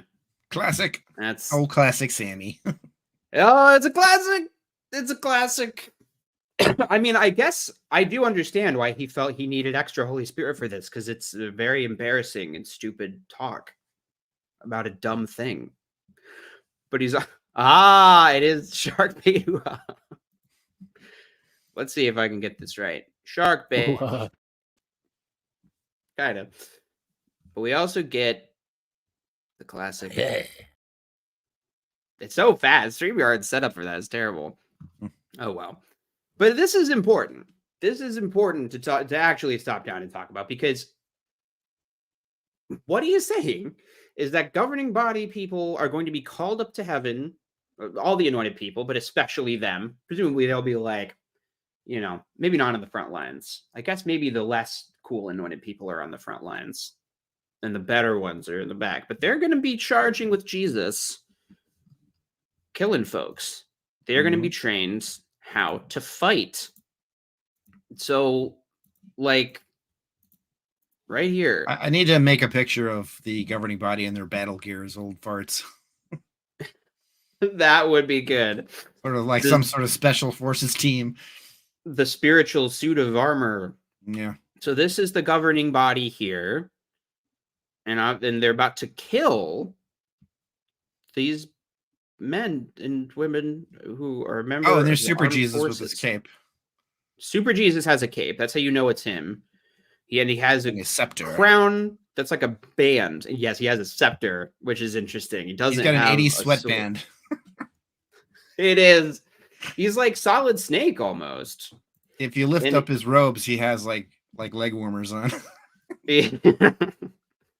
So this is what Sam Hurd is literally talking about. He is saying that his future and the future of all anointed JWs and the governing body, although big question mark on Anthony Morris now. It's going to be an awkward ride on those horses if he's there after all the shit they put him through. Yeah. This is why he's excited to talk about this. He goes, yeah. He's psyched. We're about to see how psyched he is. What is your feeling on like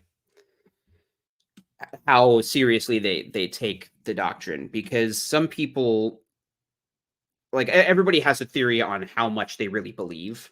Yeah. How much the governing body actually believes their own doctrine. I've always erred on the side of that they mostly really believe it, because especially now the governing body kind of self-selects for company men who just say yes to everything. Yeah. A lot of yes men. If you think about it, the people in the congregations, they're for the most part really in, hardcore preemies. And these guys have all these people who are directing their adoration towards them. And yes, you're right. They get all the claps and the applause. And they got, as you mentioned, the yes men saying, yep, yep, yep. And, they have an empire, basically. Yeah. So why A wouldn't world they? empire of true religion. They've got themselves too. It's not like it's one guy too, where he could maybe Yeah. doubt himself. But when you have a Yeah. panel of leaders, they're going to reinforce themselves as well. Yeah. They're all enablers of each other. It's like a Yeah. codependent toxic relationship. Okay. Good question. I don't know the actual answer, but it seems to be a health issue, right? It like because Yeah, I think so. he fluctuates. It looks like swelling or water retention or Yeah. like edema. It looks like some kind of edema, but not weight gain because from one Maybe like a video, blood pressure issue or something. he's talked about having blood pressure issues and stuff. But it seems to be something where from 1 month to the next, like he'll look totally emaciated and rail thin, and then he'll look swollen. But I don't think it's like fat in the way that like Samuel Hurd's kind of fat. I think it's different. Although the old guys are like real old now. So I don't know. I mean, they're just going to have, old people ailments. I know. And that's kind of the thing is watching this, especially now, like that they've been doing JW broadcasting for 10 years. You can see over the course of 10 years how these men have gone from, they weren't young when they started it, but it's like, they're falling apart the way all humans do. And obviously they haven't been called up for equestrian riding lessons in heaven yet, but and it's not hard to see who which one is which when you put 2016 Stephen Lett next to 2024 Stephen Lett. It's like, yeah, for sure. That absolutely. And even this Samuel Hurd from like 2 or 3 years ago looks like a little better than he does at the most recent convention, where he's really struggling. He can't even read off a paper anymore. I think they've got a teleprompter with size 9,000 font on it for him. So yeah. Now that's interesting. Some of us were fighters before we became true Christians. Some even served in various branches of the military. Really shaking his fist. Didn't they? Brother Morris. Your days are numbered. Whoopsies. Whoopsies. I wonder how far back they thought about, was this an ongoing, the long con to get rid of Tony, or was this sort of like... Oh, I think that he is excited about this. I think that he and Tony Morris are aligned in this idea that they get to fight in heaven. I wonder if they'll get rid of it now, because they are the two people that have the most worldly experience at this point. Did Sam Hurd serve in the military? I don't think so. Yes, he did serve in the military. Did he? He was in the Army. Interesting. Okay. So like he does a talk where he's hauling around some artillery piece. I don't know where he was. You're right. That's ringing a bell. He was 2 years in the... My dad served, and he ended up in, like, 3/4 of the people went to Vietnam, and he ended up in Germany. So, oh wow, that's how I'm here now, because he wasn't there. By the way, So somebody gave a shout out to Bold Words Those. To that video tomorrow. Stay tuned for Bold Words Those shout out. So I think that there's a lot of like PTSD going on for Hurd and Morris specifically, who they have a military background, this regimented, rule-based way of living that is like very much based on following orders. There's a hierarchy of command. Yeah. And it's all circling around violence. And Anthony Morris in particular clearly saw stuff that was disturbing, because he worked as like a surgery something. Yeah, some sort of medic. Yeah, like a medic. I don't think he had a professional surgeon's training, but he worked as like an assistant.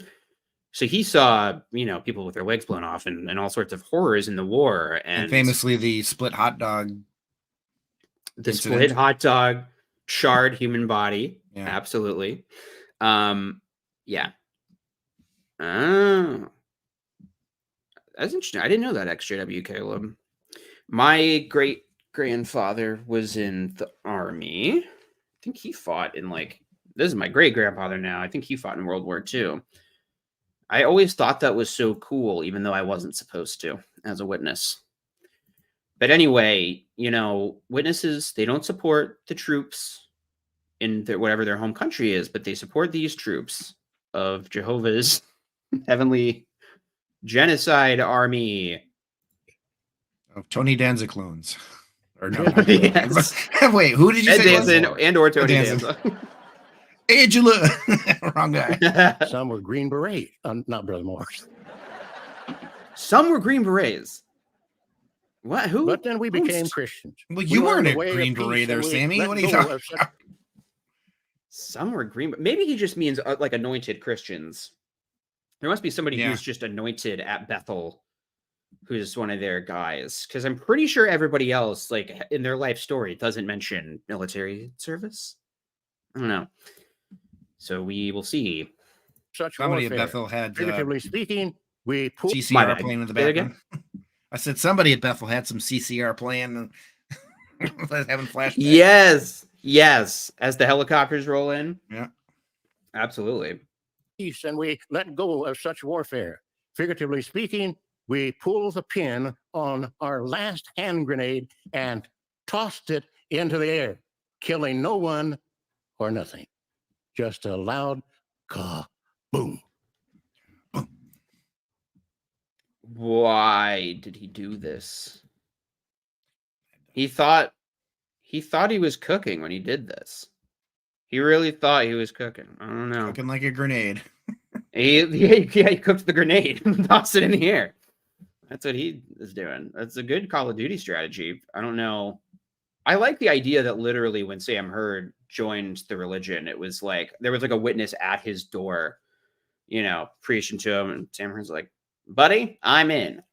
Oh my God! Someone up in the air. Someone please clone their voices and do a governing body playing COD. That would be good. There's a channel that's done like conversations with AI voices that are really funny. Yes, them doing a Call of Duty stream. Isn't there one of those that's like a bunch of like presidents and stuff like Trump and Biden like playing Call of Duty? That would be very Obama, funny. Biden, and Trump. It is a gaboom. It is gaboom. I think that's an important distinction, and I appreciate Mickey for bringing out that encouraging points. But in heaven, we will serve along with Christ and his holy angels, waging the final war against God's enemies. So did we miss the point where he says like we were not allowed to fight even if we can't fight even if we were allowed to?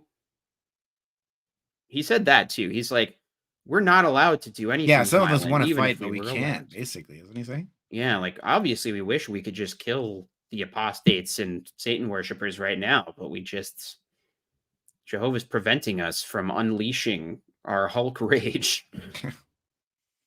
So if you've ever thought that you might feel left in the lurch after the anointed are taken to heaven, think of this. On earth, none of us Christians are allowed to fight. Many of us anointed ones are too old to fight, even if we were allowed to. But in heaven, we will be mighty spirit creatures fighting alongside our warrior. Wait a minute. Did they edit this too? I don't know. He said immoral spirit creatures in the original version. Oh, yeah, he did. If we were allowed to. But in heaven, we will be mighty spirit creatures. Oh, there's an edit. Yeah. Those sons of bitches. They think, well, look at what we can do. We can slow it down. They don't even realize the power they've given us. Are too old to fight, even if we were. Why have we not done this sooner? Oh my God. This is like 2025, Sam Hurd. Yeah, this time next year. Okay, so let's watch for an edit. Allowed to. Way after this. But in heaven, he's drunk. We will be mighty spirit creatures, fighting alongside our warrior king, Jesus Christ. Interesting. But in the original, you really can't tell. Because he just cut out one word. But I closed YouTube. Why did I do that? Yeah. But if I pull up the original, which is in my watch history now.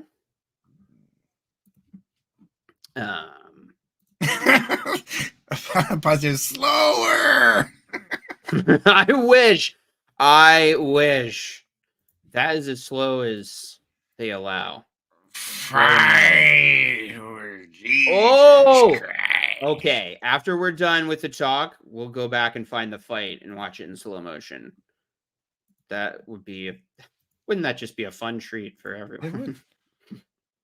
Okay, so let me pull up the original here on YouTube. Yeah, this is the blurry. So when the anointed are called to heaven, one of the first assignments is to fight. Yeah. Now that's interesting. Some of us were fighters. Yeah, okay. The more. All right. But then we became Christians. We learned the way of peace and we let go of such warfare, figuratively, and tossed it into the air, killing no one or nothing.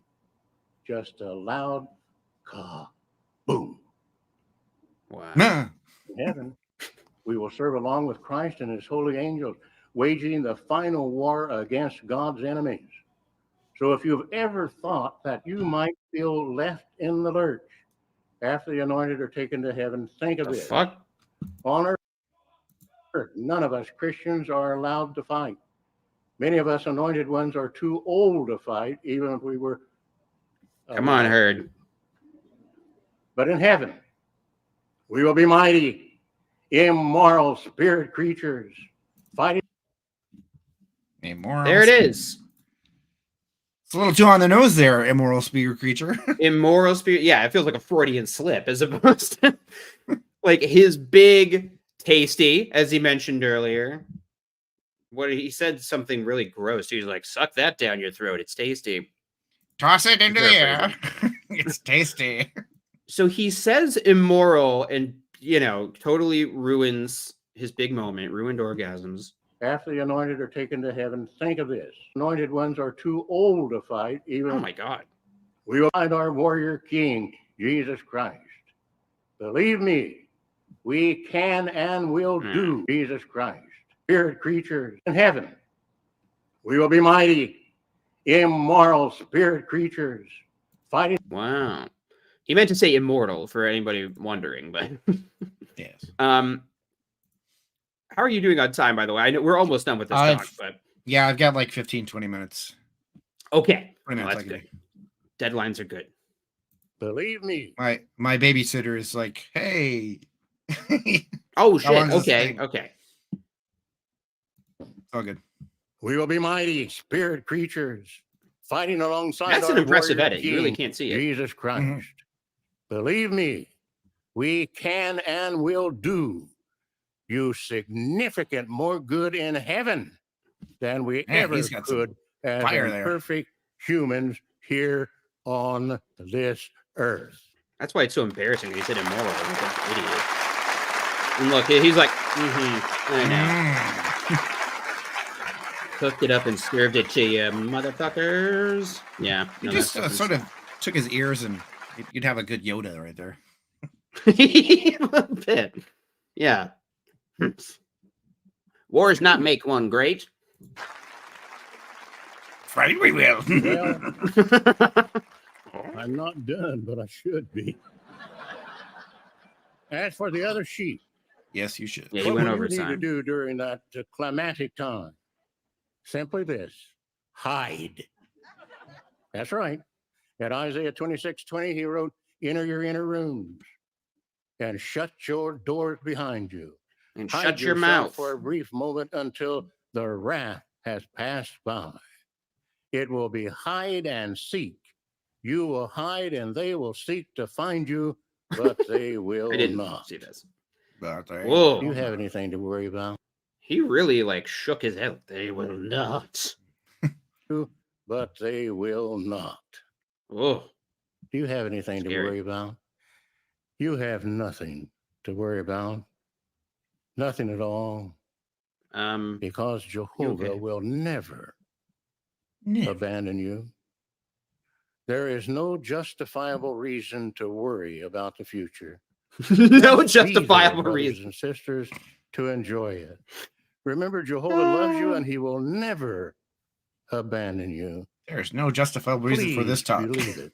No, there's not. Okay, so fuck whatever the last two words he was going to say are. I want to, before you go, and Yeah. it's easy to find because he raises his fist. Yeah. Fight. Yeah. Okay. So when the anointed are called to heaven, one of the first Hang on now. Not so fast. If you know what I mean. Yeah. Nice. assignments is to fight. Yeah. This is him practicing his Oh. talk the night before over some bourbon. Yeah, absolutely. Him and Tomo. Tony was like, "You're gonna crush it, brother." It's like, "Yeah, I think I'm gonna get let out a little." Yeah. Oh shit! I touched my earphone and it started playing. Okay, Twin is awake. I'm gonna let you go. Where mean, can I people can- find you? Give me a couple minutes, it's fine. Whatever. Oh, you're good. You're good. I just know I'm gonna ramble for a couple minutes at the end. So Yeah. what did you learn today from this talk? What's your takeaways from this as an ex-witness? That the governing body are bananas bonkers when they put out Yeah. stuff like this. It's surprising that they put it out there just for people to see. They really do put themselves on a pedestal. They try and act humble. Yeah. When they say like, we believe this, we do this, we as the as the faithful slave, but they really do think they're, hot stuff. Absolutely. Don't forget Kinky. We learned, he likes to do a little dance.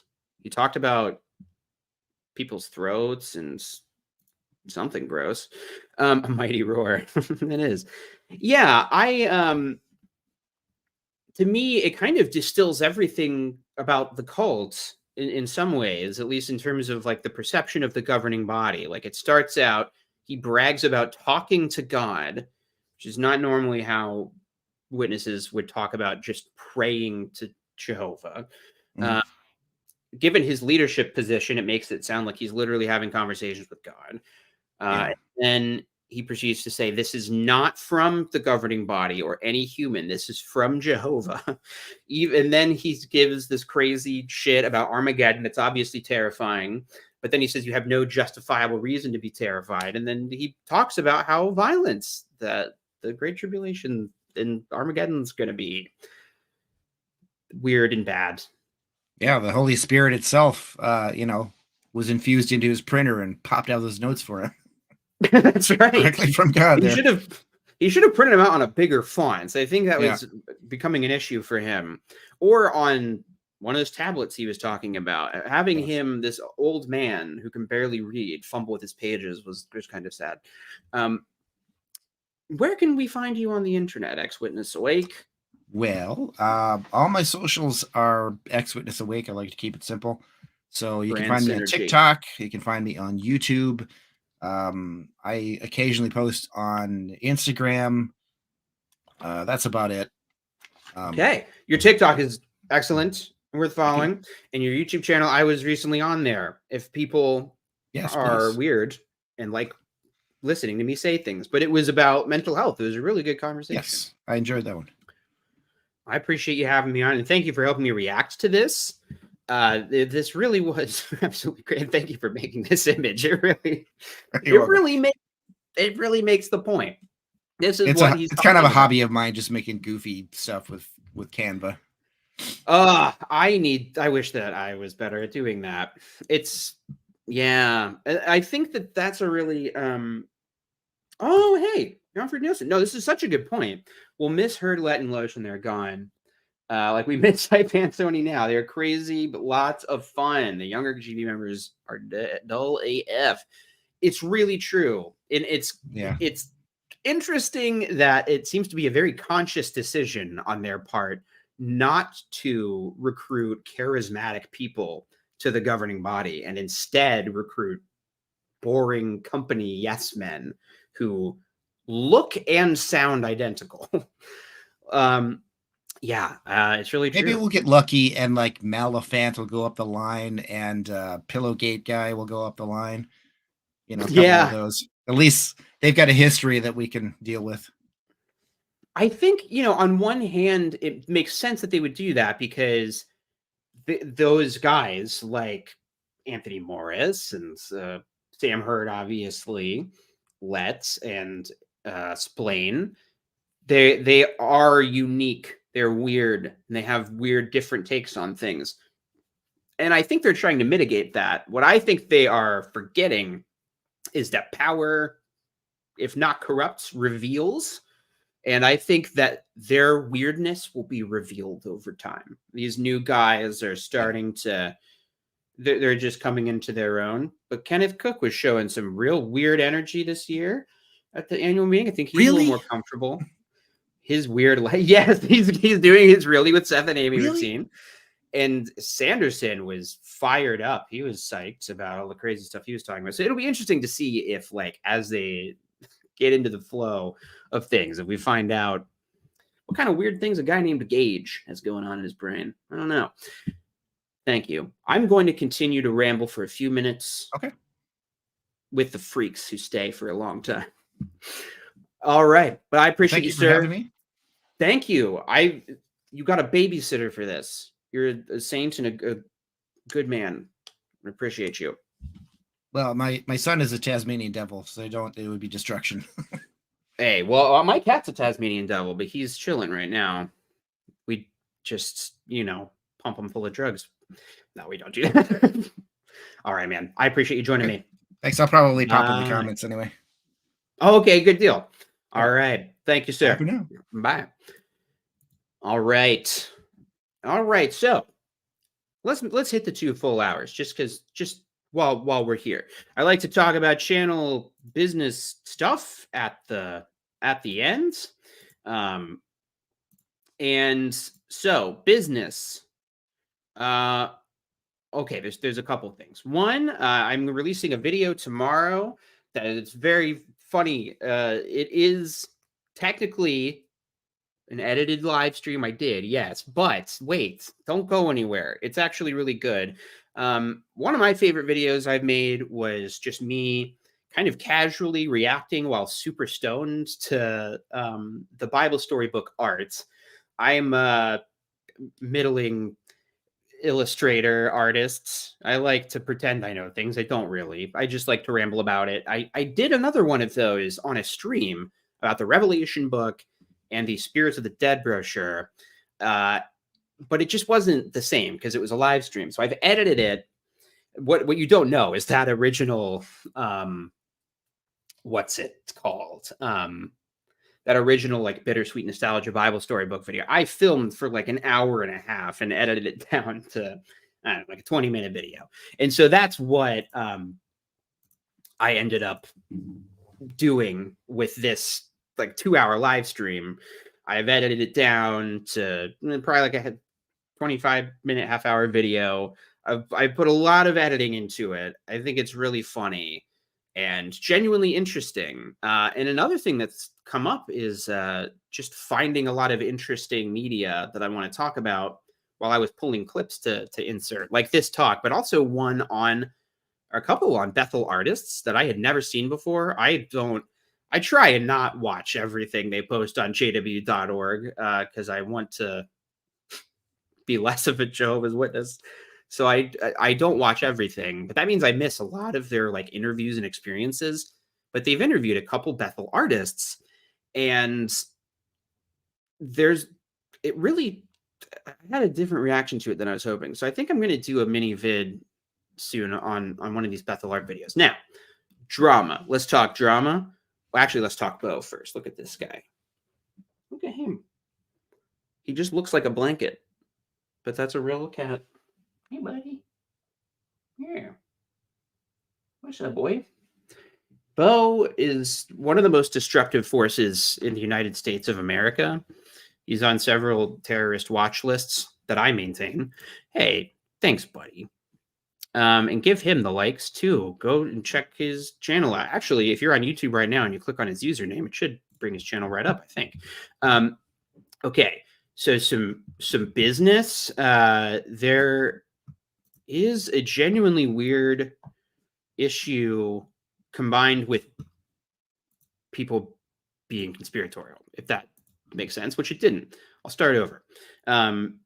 So I put out my conspiracy video on the Watchtower Freemason conspiracy, and it did terribly.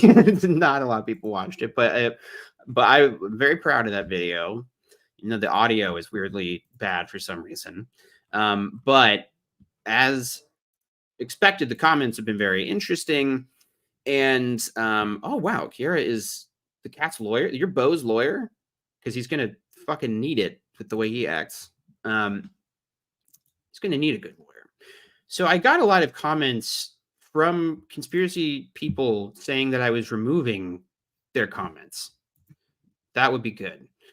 Thank you, Miriam TV2. Oh wait, shit. Okay, there's something before that. Fuck it. You know, I don't care anymore. So somebody stole my shit. Somebody just stole my thumbnail. It's one of the people that I reference in the video. I am proud of the video. I'm really proud of how it came out. I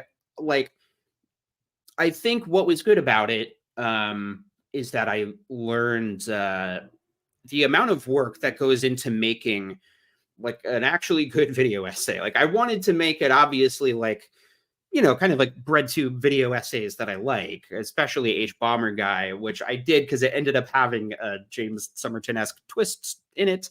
And it just kind of worked out that way. And I just realized like, wow, it just takes so much time and effort to make something like that. It's really, you know, if I did YouTube full time, I would make stuff like that more consistently. But I have a few that I'm going to do throughout the year, because it really does take way more time than normal stuff.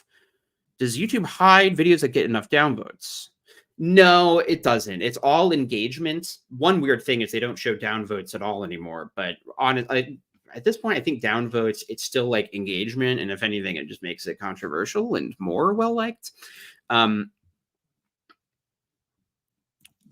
I thought so. I thought I went kind of out of my way to, you know, acknowledge that I believe in conspiracy theories too, that it's not a matter of right and left, even, because there are liberal conspiracy theories and like I felt like I tried to go out of my way to be fair and make the point that, you know, it's not even the disagreement that's the issue. Like if it was just like, oh, I don't believe in this theory, then I wouldn't have made a video about it. It's the fact that like the further down the rabbit hole you go, it turns into this anti-Semitic conspiracy theory. That's the end game. The end game is you believe in New World Order stuff, and the New World Order are, you know, it all goes down to the like Jewish people are behind everything, like every stupid conspiracy theory. So that's not to say that everybody who believes that like Freemasons are weird or not weird, but like that Freemasons are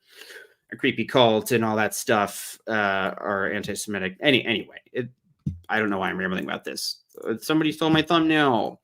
So I almost made a community post on this, but I didn't. But so this YouTuber, Christy Ann, I show a clip of her video. It's the only... No, I show like 2 clips from people who have smaller channels than mine. But everybody else has more subscribers, because it's generally like it's difficult like I just wanted to show examples of what the subliminal messaging conspiracy is, and so I just showed clips from people who make videos about it. So I showed a Kim and Mikey clip, and I showed a Christy Ann clip. I subscribe to her channel because I've watched videos of her and enjoyed them before. And so I subscribed to the channels. It just showed up on my feed. The governing body of Jehovah's Witnesses, and this is a thumbnail that I made for my cringe compilation. And normally my thumbnails are absolute dog shit, so I wouldn't probably notice or care. This is like the one time I put effort into this and found like funny screenshots of all of them and compiled them in a certain way. Stephen Lett has like a weird meep face, so that's that thumbnail, right? And my thumbnail is, oh, let's look for alt-worldly. Oh no, I never Google my own name. What if the top result is like alt-worldly is canceled? And here's why. No, thankfully not. So it's the one I made for my cringe compilation right here. So they just took the thumbnail I made. I don't know why they did that. It's really weird. Well, I don't know any statistics on it, but like it just seems especially, I think you can tell I'm fired up in the video, and it just felt extra insidious with the rise of like anti-Semitism in my home country.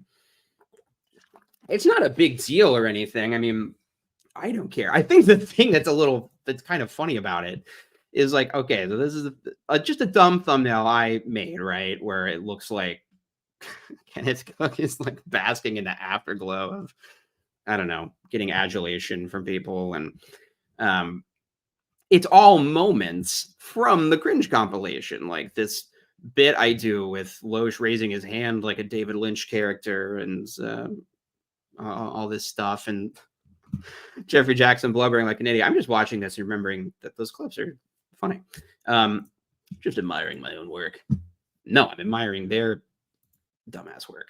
And the thing that's funny about this is it says by Christy Ann on the thumbnail. Like, no, that's by me.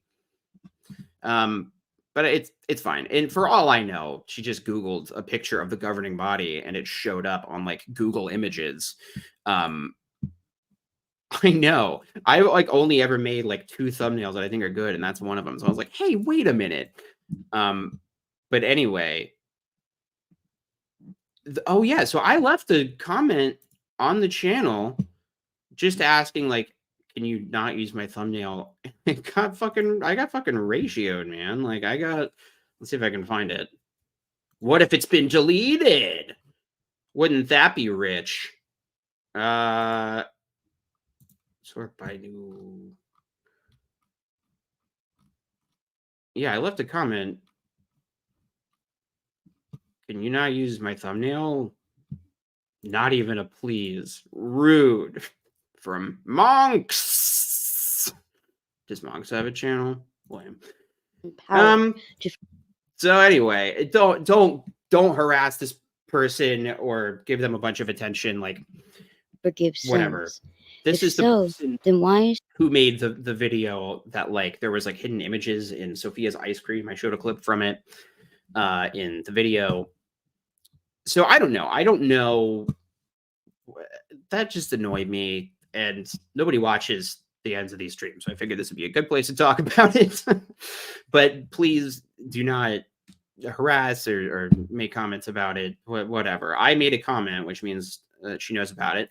And I didn't like make fun of her video, but the video is snarky and obviously critical of conspiracy theories.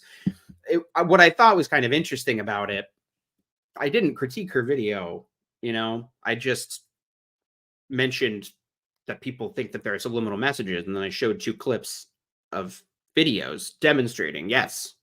See, I'm not just making this up. I'm not arguing against a straw man. People really make videos about subliminal messaging stuff. So that was the point of showing it, but I understand why she would not be a fan of the video. But H Bomber Guy made a video about plagiarism, and he kind of mentioned that a lot of people who steal people's stuff they kind of seem to do it almost as like retribution. Like, you deserve this. I don't know. That was kind of weird. And then, yeah, people were accusing me of deleting comments to hide the truth. And I feel kind of bad about this guy who has really lost his damn mind, quite frankly. He lost his damn mind. Let's see what Madame Ruby sees.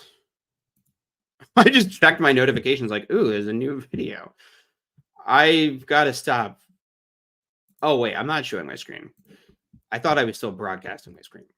Okay, let me pull up my community notes so I can read this post I made. So I had a few people say that, like, you know, obviously people who believe in the conspiracy theory and think that I'm wrong, they say that I was deleting their comments, which I really purposefully did not do, because I knew that they would say this. I knew that they would say this. And so I was very annoyed that, because there's some, you know, mean comments. Fair enough. I made mean comments towards conspiracy theorists, but I left them up. And yeah, they were like, fucking what? Why would they format it like this? This isn't the way it looked on my phone when I posted the screenshot, I assure you.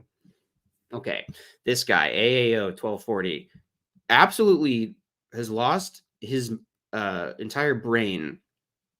Okay, and he accused me of deleting comments about 12 million times in a row. I made this post about it. He continued to make posts. So there's 21 replies to this. So he commented a bunch of times again, which is fine, but he just keeps, you know, regurgitating the same things. Like, why aren't you addressing my concerns? So maybe I can address his concerns now. But I will show you his post. Oh, but okay. But then it got weird because he started emailing me, and he emailed me like a couple of times, like, why are you removing my comments? Why are you removing my comments? It was really bizarre. And by the way, don't send weird shit to content creators. They're obviously going to show it on a stream for content. Yeah, he emailed me and was like, why are you doing this? Where's the initial comment? I just don't want to show my email. Okay, so I told him I hadn't deleted any comments. I don't see that any comments have been flagged for me to moderate, because sometimes that does happen. They go in this like little bin of comments I have to approve. But that didn't happen. And so then he went back like, well, prove it. Prove it. So I sent him screenshots of his comments that were still publicly available. And he was like, no, that's not good enough. Why aren't you actually responding to all the things that I... What? Gabby, you're in fucking timeout. What are you doing? Let us not joke about anti-Semitism in the comments, please. Sorry, I'm trying to find his comment so I could respond to it now on stream. I hope Christina is okay with me streaming for this long. She might be taking a nap. I don't know. This is usually nap time in the Kreid's house. Let's see. I did send him a screenshot, right? So it's probably... Sorry, I'm just looking through my screenshot. My phone. About the missing comments conspiracy. I know. I thought about it. I also thought about making a video where I just respond to some of the comments, but that also feels like, well, that would just be a never-ending process, wouldn't it? I've tried to be like, make this video, let the cards lay, or they lie. I felt like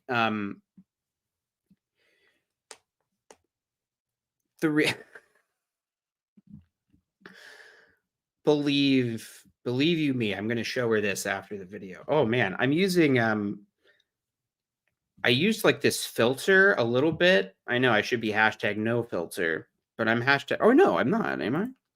Let's do it. Oh, this is the real me. Ah, I'm like right by the sun, and so I look like gross. So I put this filter on, and it made my.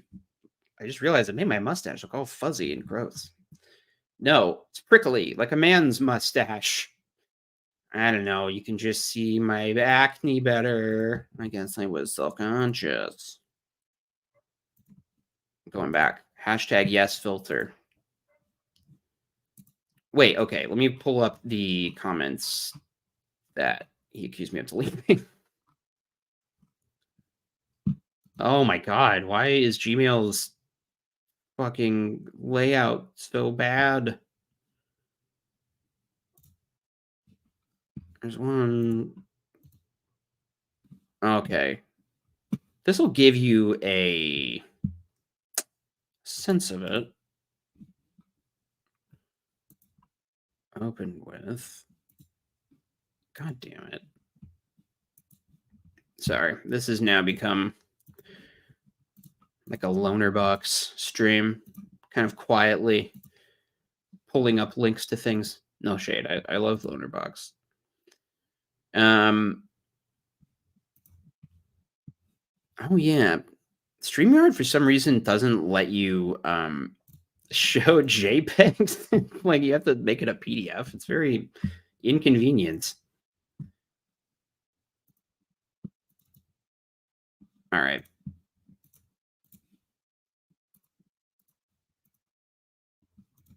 Here it is.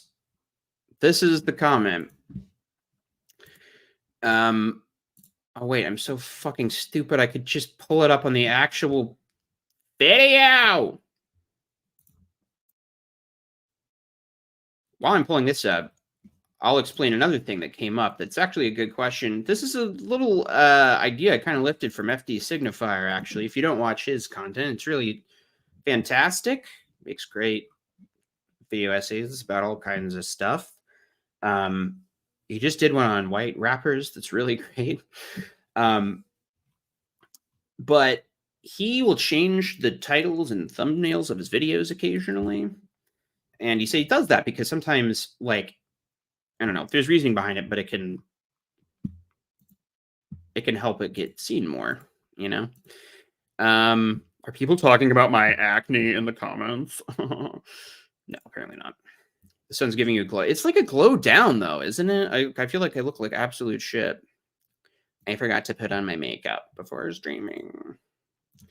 So, fucking proof in the pudding here. I just scrolled down for 5 seconds and found his comments. I mean, he accuses me of deleting. It's there on the channel. I replied to it. I replied to it because it ends with, if you are willing to answer any of these questions, DM me and I'll send you my email. So I think I said, you can't DM people on YouTube. Why don't you email me? It's in the description. Good reply. Good reply by me, in my opinion. So let's go through this. Wait. All right. Hang on. And let's see. Is there any music that would pair well with this?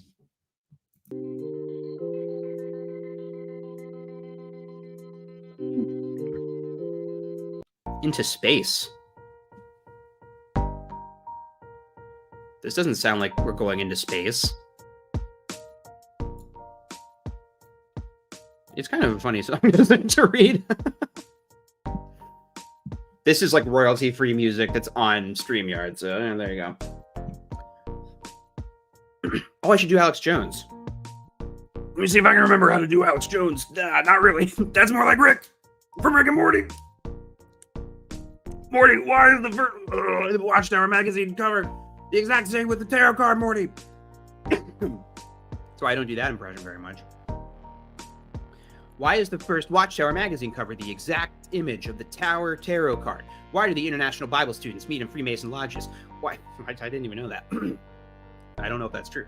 Why do JWs die due to the lack of blood transfusions? Why is there a bull coded into the Sophia and Caleb video game showcased in Spain's Bethel is in a secret off area of the game? Okay, there's a bull coded into a video game in a secret off area of the game. It's not a real official fucking video game. Just some witness made it for fun. It's not like it's on jw.org. Wait, I was just going to read it without commenting first. Why does the year 1307, when the Knights Templar leaders were put to death by the Catholic King Philip, line up perfectly, mathematically, with 607 and 1914 teachings? Why does the New World Translation contain scriptures calling Jesus a Grand Master, Malachi 6, just to quote one instance? Why is Russell buried in a graveyard adjacent to a lodge? The pyramid tombstone could be excused away because of Russell's pyramidology doctrines, but apparently that too was a coincidence? Why do the witnesses have a CSA problem and harbor advisors, which is similar behavior to another Freemason faction, the Catholic Church? Ugh. Why did Watchtower call itself the Society for decades? Why is the Danish Assembly Hall look exactly like a triangle with an eye at the top / planchette / Eye of Providence? Why is the Watchtower invested in war companies like Halliburton and Boeing? Is that how you pronounce that? Why did Anthony Morris light a match on stage and blow it out? No, Selena, get out of here. Why is Jehovah literally regarded as the most important word in Freemasonry? Mormons have a similar sentiment for their name. Why does Watchtower call God the universal sovereign and the great architect and supreme high, which are all Freemason phrases and language? Why is the memorial, by definition, the exact same practice as Black Mass? Why is the JW Bible called the New World Translation? If you are willing to answer any of these questions, DM me and I'll send you my email.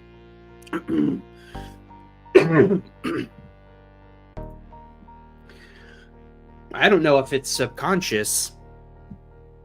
How old is this video?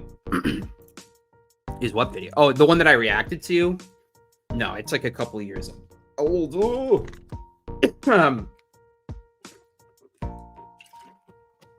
Ooh.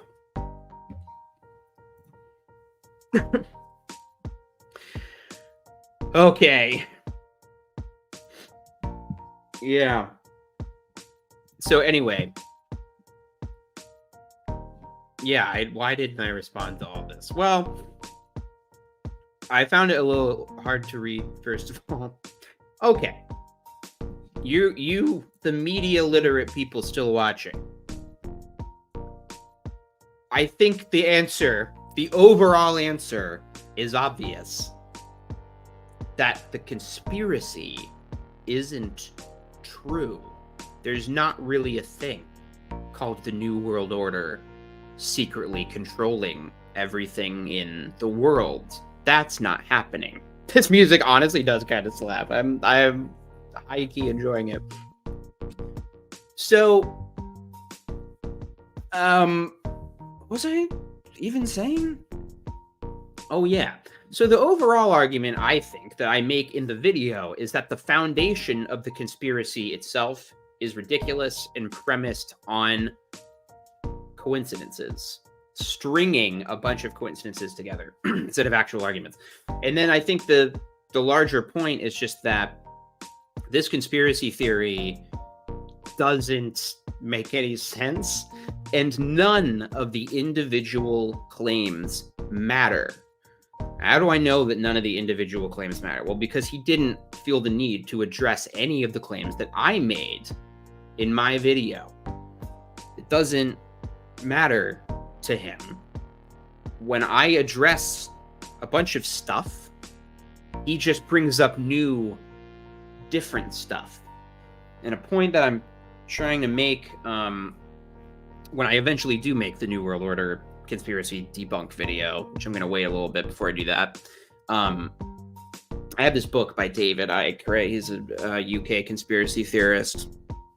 Every page of his book, and it is like 400 pages is like this guy's comment. It's all, what about this? What about this? What about this? Why is this? Why is this? If you look at the original QAnon posts that got the conspiracy started, it's all that. It's all asking questions, asking leading questions like that, suggesting a connection through asking these repetitive questions. The conspiracy theory is the book, right? It's Fritz Springmeier's book or David Icke's book. None of the individual pages matter. You tear one of them out, you still got all these other pages, because their point is not this piece of evidence proves everything, but the totality of all these coincidences must prove something. All of these coincidences must prove something. That's kind of what they're saying. So I didn't feel the need to go through and respond to everything. I don't know if I really made sense there with what I was saying. To go through a couple of these, why is the first one okay? Why is the first Watchtower magazine cover the exact image of the Tower Tarot card? I don't know what the fucking Tower Tarot card is. Let's get a couple things right off the bat. There's a big argument that I'm noticing, which is that he seems to think that the Freemasons existed before the Bible, which they didn't. But, as you will see in the New World Order video, that is the argument that they kind of try to make. But the Watchtower as a concept is in the Bible. Keeping on the watch, like the night watchman. It's in the Bible. So any group that uses the Bible has like free reign to use that, right? The Freemasons. That's pretty good. So anyway, why is the first Watchtower magazine cover in the exact image? Well, this is an argument against the theory. It's an argument against the theory. I say this in the video. It's not subliminal. Why is this song so much louder? It's not subliminal if it's on the cover of the magazine. Subliminal would be something that is like, I don't know. It's like, you don't even quite realize it. It's like subconscious. But no. So the fact that they use this on the cover of their magazine means that they're not hiding anything. They just put it there because, I don't know, they're keeping on the watch for the last days. Like a watchman in a watchtower. You know, like in the Bible. Why do the International Bible students meet in free larger versions? I don't know. I don't know that they do that. And if they did, I don't know what that would mean.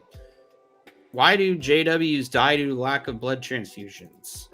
I don't know why he thinks that. Unfortunately, I do know why he thinks that there's some connection there. But it's because he believes in an insane anti-Semitic conspiracy theory with blood magic. Why is there a bowl coded into the Caleb and Sophia video game showcased in Spain's Bethel at a secret Austrian area of the game?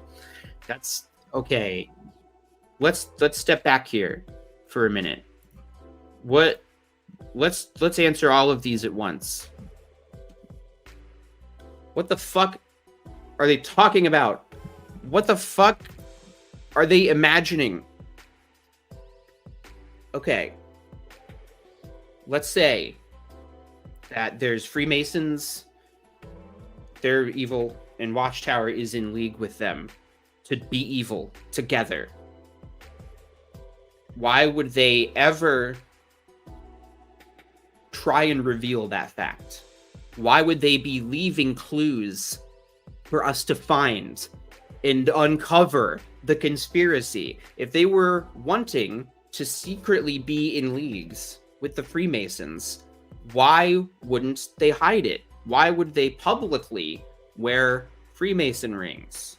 Why would they put something on the cover of the magazine that proves some connection to Freemasonry? The answer is they wouldn't do that. But suppose that you're an idiot. No, that's mean. So I mean, it's just, I'll be honest, I just have lost patience with this whole thing. It's so Yes, Hanlon's razor. Never attribute to malice that which can be adequately explained by neglect, ignorance, and incompetence. Whoa! I just got a comment from a theist that I haven't heard before. They believe God used evolution and that Adam and Eve were immune to evolution until they ate the fruit. That's kind of genius. I mean, that's like the kind of logic explanations I use for like Star Wars headcanon.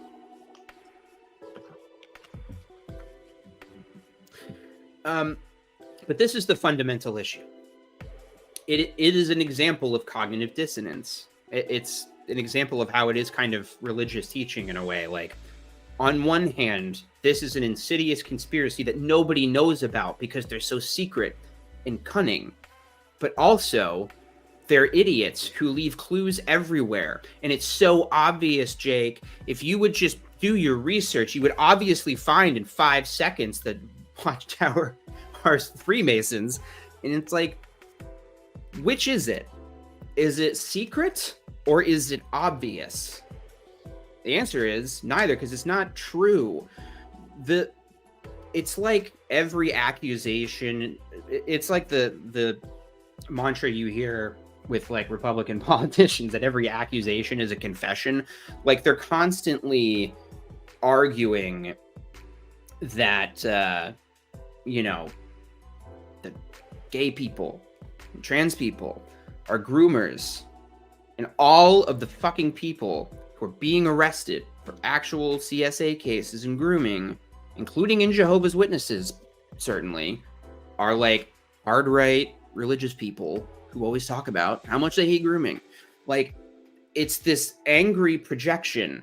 And if you are a conspiracy theorist, if you've kind of like really messed up your brain by consuming a lot of this stuff, you see patterns everywhere. So you assume that the bad guys are leaving clues everywhere, that they see patterns everywhere and are leaving patterns everywhere to be found. Because obviously you need that to be true for the conspiracy to make sense. And that's the thing. Like, it's obviously a mistake for me to try and directly argue with any of these guys directly, but I meant guys, gender neutral. I should probably get away from saying guys. It's like a very regional thing. Everyone says that at work all the time. But folks, I should say, because it is like arguing with witnesses to some degree. Like, what happens when you raise an objection to a witness? They bring up a different argument, because the cult exists to supply an endless wellspring of excuses to explain away obvious contradictions and much simpler explanations. Like, the world is very complicated and scary, so it's much nicer to think, fuck, you know what? Somebody said this way better than me, and better than I will ever be able to say anything, which is Innuendo Studios. And he released like a short, like 2-minute video that I almost made a video about it because it's so good. And then I realized that I guess I just really wanted people to watch the video. Yes, okay. It's a really short one, but I think that this explains so much. If you stuck with me, by the way, bless you. You're amazing. And I assume you just sneezed. That's why I said that. Okay, so he made this video that is like encapsulates why it is so frustrating to talk to indoctrinated people. It's called "You Can't Get Snakes from Chicken Eggs." Say, for the sake of argument, you're 12 or 13. Okay, hang on a second. Let me mute my royalty-free beats that are playing right now. Okay. Say, for the sake of argument, you're 12 or 13, it's the mid-90s, and you're sitting across the table from your conservative aunt at a family reunion. This aunt will, a decade from now, become a Tea Partier. And you sweet, innocent child, brought up the subject of evolution being You think I'm smarmy in my videos, by the way. You know, it's just just how it is on the internet. Too young to know it's politicized. And your aunt has not taken well to it. She goes on one of her classic tirades, dismissing the very concept of evolution as patently ridiculous, dropping a quote that will stick with you for ages. You can't get snakes from chicken eggs. And you do your best to explain with your limited knowledge base that, yeah, you can only get a snake from a snake egg, but that snake is going to be a little different from its parents, and the next snake will be a little different from its parents, and you multiply that by a few million generations, and you might have something very different from that original snake. Maybe something with legs, or that can breathe underwater, or see better in the dark.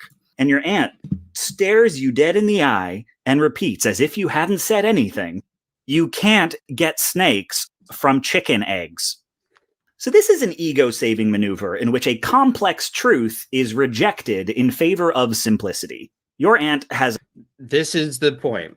A complex truth is rejected in favor of simplicity, or whatever he said. But the way he extrapolates this, I swear to God, if you're like an XJW or a PMO, you're going to be like, oh my God, he said it. He put it into words. Has a statement which is true, though non sequitur to the argument at hand. And after your explanation of how genetics work on long timelines, she repeats her original statement to herself, and it still feels true. It's the belief that the truth is easily recognized, and that it's always simple, because the world is simple. And if you can't explain it to me like I'm 5, then you're probably wrong or making things up. This here... Isn't that so fucking true? If something is not simple and easily recognized and doesn't feel true, then it's probably wrong. And this is why I think this is just so insightful. This is part of his series called the Alt-Right Playbook, where he talks about, kind of like online right-wing, the alt-right, who now I guess would just probably call themselves MAGA. I mean, I don't even know if the alt-right is still the right term, but he talked about like he's given lectures where he talks about his research he's done. His videos are very well researched. He's consolidating a lot of studies and stuff, but he's the guy who, through his videos, turned me on to Alexandra Stein, who wrote Terror, Love, and Brainwashing, which is really good. I've got it up on the shelf there, about cults. So he has started to study cults at a certain point in his doing the Alt-Right Playbook series, because he recognized the similarities. But I think that this rhetorical strategy and this like emotional thing, it just makes so much sense for how Jehovah's Witnesses, they simplify their literature. Everything is shaved down to this fundamental simplicity that feels true.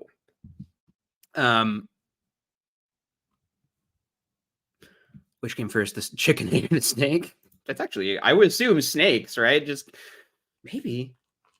I don't know. I don't know how fucking evolution works, man. Heuristic is very hard to argue with. Like, you've heard the same aunt claim that the hole in the ozone layer is caused by sunspots. Now, we've talked about the mimetic power of statements that are short, quippy, and wrong, and this is a fine example. You might feel the correct response is a statement that is short, quippy, and correct. But here's the conundrum. The truth is, the hole in the ozone layer is caused by chlorofluorocarbons. Not only is that a more complex sentence, it's a more complex idea. If the ozone hole is caused by sunspots, then it's probably been happening for billions of years. It's not caused by humans, and we don't have to do anything about it. It's reassuring and tells folks all they need to know without further questions.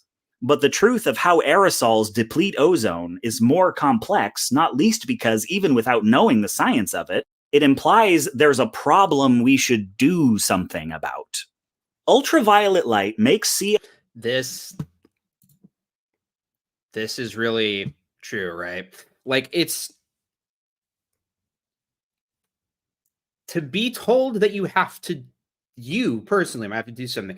He's made this comparison about veganism, which I'm not a vegan, but he said something that's very true, which is that when I meet somebody who is a vegan or even a vegetarian, it almost feels like a little judgment of me. Now, it's not. This is a decision they've made for themselves, their diet, but it still feels like, what are you saying, that I'm like a bad person because I eat meat? I don't know, and this is the emotional reaction that people have when you tell them that the world is maybe not run by Satan. It's run by a bunch of, people with competing ideas and selfish motives. We might have to do something to tackle issues like global warming or, systemic racism, whatever. But that's really frustrating to people. And what sounds much nicer is there's actually a bunch of bad guys who control everything, and you're already screwed. It doesn't matter if you vote because it's all rigged against you. It doesn't matter if you protest. It doesn't matter if you try and change things on an individual level. It doesn't matter. It's all Satan. And that's amazingly, like, the New World Order conspiracy theory is ultimately, it just goes back to Satan anyway. Like, it doesn't even, eventually, it's just much easier to attribute it all to an invisible demonic entity. Anyway, he explains why this is the case. Sorry, and then I promise I'm done. CFCs release chlorine into the stratosphere where it bonds with ozone, converting it into oxygen and chlorine monoxide, neither of which do what ozone does to protect us from the sun. There may be people who can explain that more simply than I just did, but there is a floor to how simple the truth can be and still be the truth. Falsehoods don't have that. There is no limit to how simple an idea can be when it doesn't have to conform to reality. This made me leap out of my seat when I first heard this. There's a floor to how simple the truth can be because the truth is complicated. Reality is complicated, which I just think is so good. That's such a well stated and insightful point. Thank you. You're welcome to sing in the privacy of your own home. And I agree. I mean, I listen to live streams at work a lot. Actually, no, I don't have, I'm not going to say who I listen to. Because anytime I talk about politics, people get mad.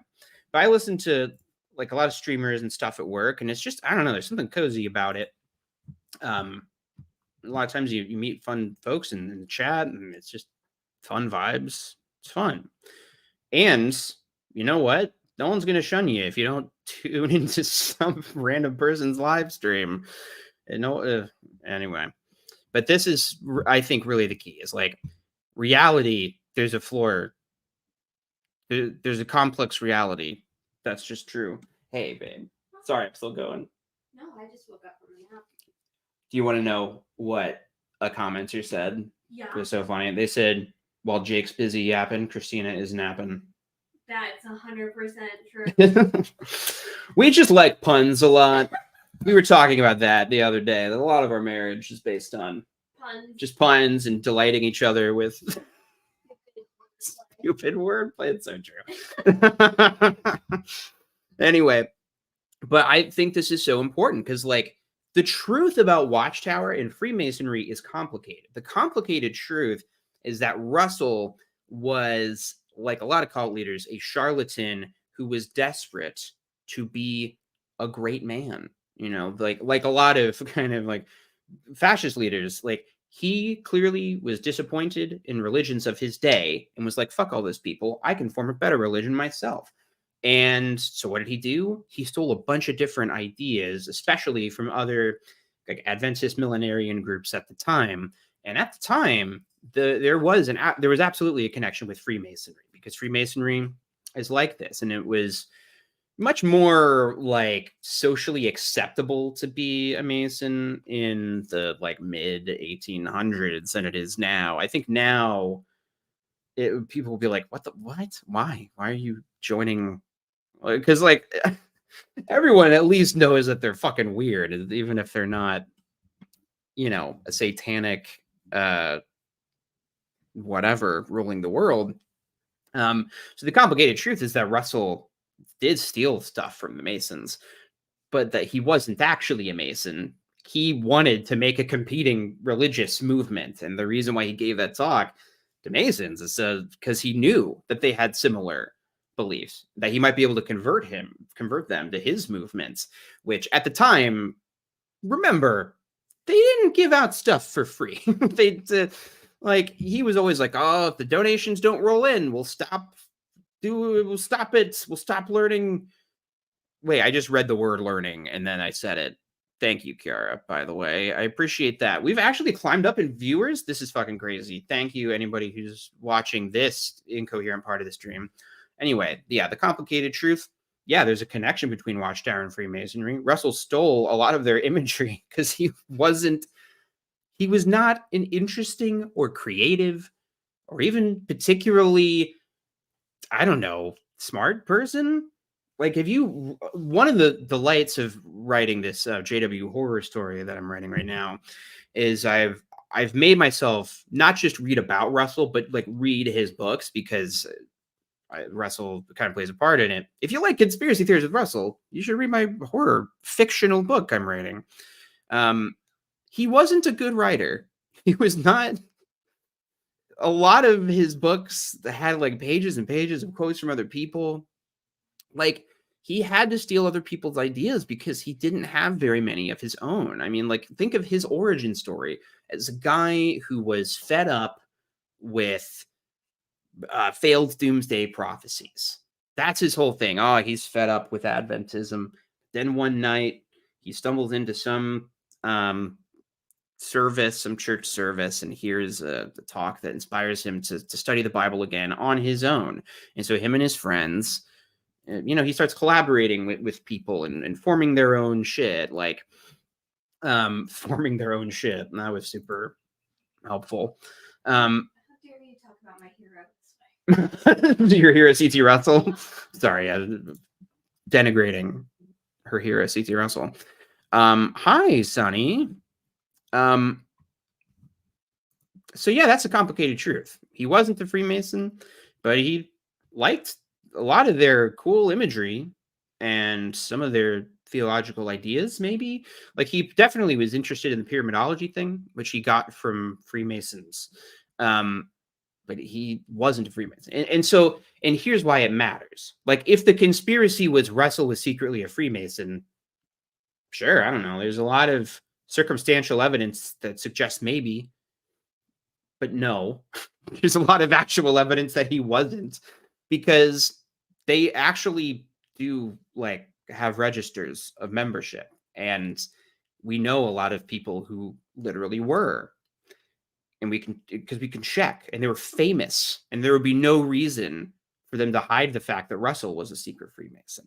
No reason other than, there's secretly the satanic pedophiles ruling the world. This is the thing. They think this is important because they believe that Satan is real and that these guys really worship Satan. And like witnesses, they think that they have satanic origins to their practices. And that means they're in leagues with Satan.